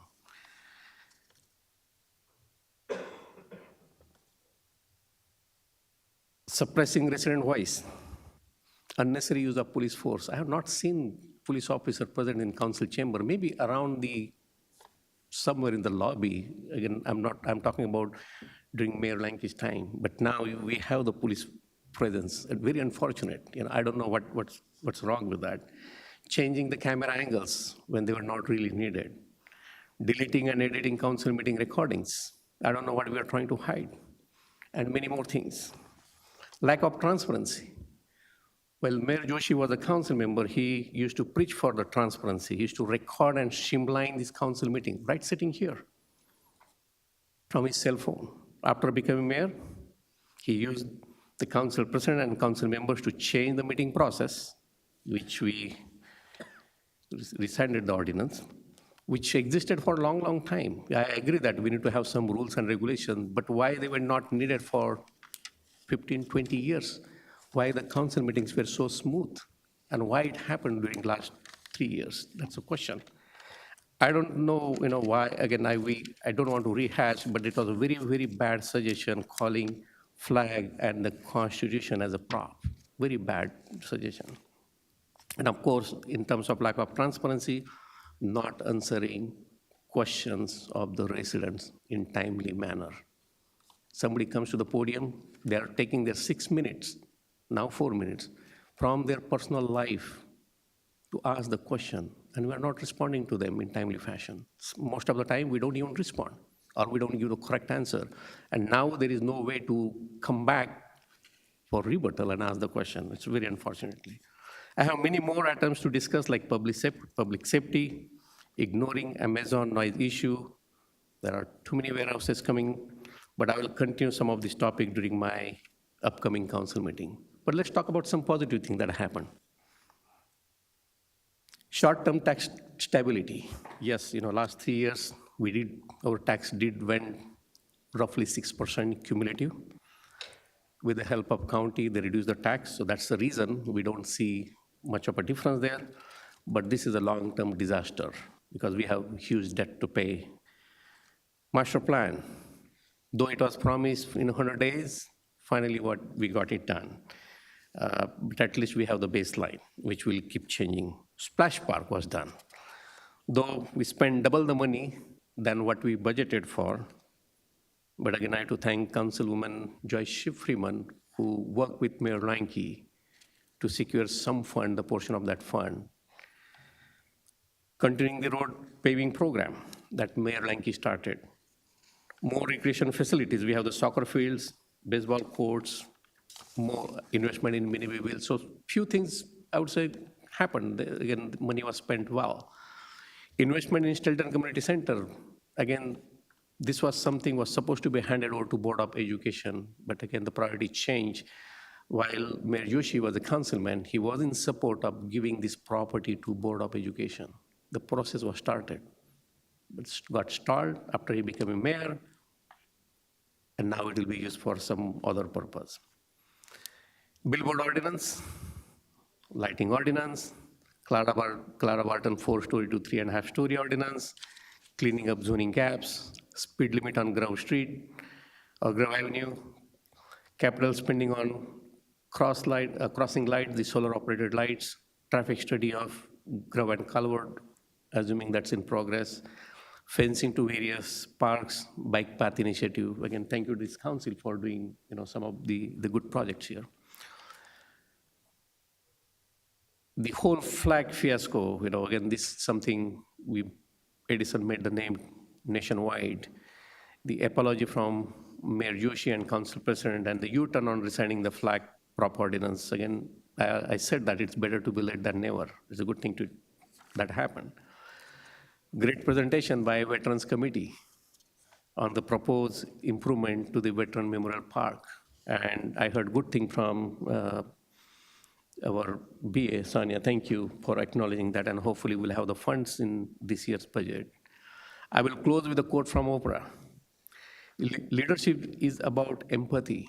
It is about having the ability to relate and to connect with people for the purpose of inspiring and empowering their lives. It's not about power. Empathy, respect, democracy. Let's believe in those values. And the last but not least, I want to wish a very happy birthday to my council colleague, Councilman Coyle. Thank you, Council President. I'd like to make a motion to extend the meeting just, I'm going to say 10:15 only because I have some remarks to make, and I just want to make sure I have the time for them. Can I get a motion to extend to 10:15? Motion to extend to 10:15. Second. Thank you very much. Okay. For myself, oh, I'm sorry, all in favor? Yes. Aye. Okay, sorry. I keep forgetting that part. So for myself, I'm just going to address, I'm sorry? I'm sorry? You skipped Councilman Pointer. Oh, I'm sorry. I'm sorry. Okay, go ahead, Councilman Pointer. Thank you, Council President. I'll be brief. Just a couple of status updates that I requested from the administration to provide. The smart hydrants and the meter replacement project are currently at the iBank, awaiting approval from the DEP. The Edison Light Transit, currently under review by New Jersey Transit as they are the pass-through for the grant funding. However, though, ELT services for senior citizens have begun. The Toad Center, the DEP has required an additional groundwater sample to take place despite the December showing that contaminant levels were under the threshold. The sample will be taken on January 20th, as that's the earliest date the sample can be taken per the DEP. Then they will have to test that sample. And then on the sports building, things with weather, minor delays, however, things are still moving along. Side paneling for the walls of the pre-engineered metal building and roofing are currently going up. Thank you to the administration for providing that update. A couple of items that I have here for possible code updates. I provided to legal some suggestions to update our Adopt an Area program in an attempt to broaden our capabilities to foster beautification and community involvement with residents, businesses, and other groups, organizations of the township. I know I made mention of this on Monday. What I'm going to do is probably tomorrow I will disseminate the draft ordinance to all my colleagues for their review. I will disseminate it to the administration for their review with the appropriate departments. And I will ask Council President that at the first meeting of February that it may be put on for consideration. Chapter 25 with trees. The Environmental Commission has asked for us to review our current tree ordinance a little bit further than just the replacement fines that we had voted on last year. This is in regards to replacement tree guidelines. They provided me an initial draft. I submitted some questions back. They're going to review. Once they do that review and send that back, I'm going to ask legal to draft up a formal document so that, again, that same review can happen between council members and the administration. That I would hope to have up by the March meeting. Finally, Chapter 37 zoning. I talked about updating our zoning, particularly on areas that are now have become more residential in nature, primarily along the Middlesex Greenway, Silver Lake. You can consider Whitman Avenue, though that's mostly developed at this point, and Woodbridge and Main Street. I had a meeting with the administration, which I thank everyone for their time and consideration for that. It was a very productive meeting. The timeline that I'm hoping to have the baseline ordinance for would be about 60 days, because while we can take the approach of just the greenway areas, if it is reasonable that some of those items can be applicable just throughout as a standalone template, so to say, then we might as well just address it all at once. So those are just some status updates on code requests that I'm looking to have made. Thank you, Council President. Thank you, Council Vice Council President. President. Yes. Can I ask Councilman Porter on one item, on his discussion item? If you received a timeline on the smart meter from the DEP? No, not at the moment. It's still being reviewed. Okay. All right, thank you. Thank you, Council President. And I'm just going to address on my discussion points, the wonderful Pat Massey and Sue O'Neill. And my disappointment and I'm disappointed and I'm distraught about this whole situation. I don't like the way it's been handled. I don't remember if I mentioned this initially, but back on December 20th is when the library board had our holiday party. And at about, I think it was a late release of the agenda, is when I saw that Ms. Massey and Ms. O'Neill were not going to be reappointed. And here I am as library board liaison going to that party, and I know this, and they would not have known this yet. It was a terribly awkward position for me to be in, and ultimately the word did get out, and I had told Alan, and I did talk to Ms. Massey. Excuse me, gentlemen? Thank you, I appreciate it. I can't say enough about these two individuals who have given so much and have volunteered their time, their knowledge, their resources, their qualifications are impeccable. And so while Rinke and Pallavi might be fine people, they might be fine candidates for these positions, there's a difference between fine and acceptable between that and superlative. And superlative is what Pat Massey and Sue O'Neill have been. And my own feeling on this has been, if it ain't broke, don't fix it. And it ain't broke. This ain't broke. What bothers me even further is, I mentioned before some of my concerns, some of the doubts I have in terms of why they are not being reappointed. But what bothers me even more was that the mayor did not have the courtesy. So I'm left having to come into that holiday party, and the mayor had not had the courtesy to let them know that they were not being reappointed. And so I told him I was really disturbed by that and upset by that they deserve better than that. At the very least, he said, well, I will call them. I said, well, it's unfortunately a little late for that, but you should call them. And he didn't call them. He had Bob Deal call them. And I just find that to be, I find that to be a disgrace.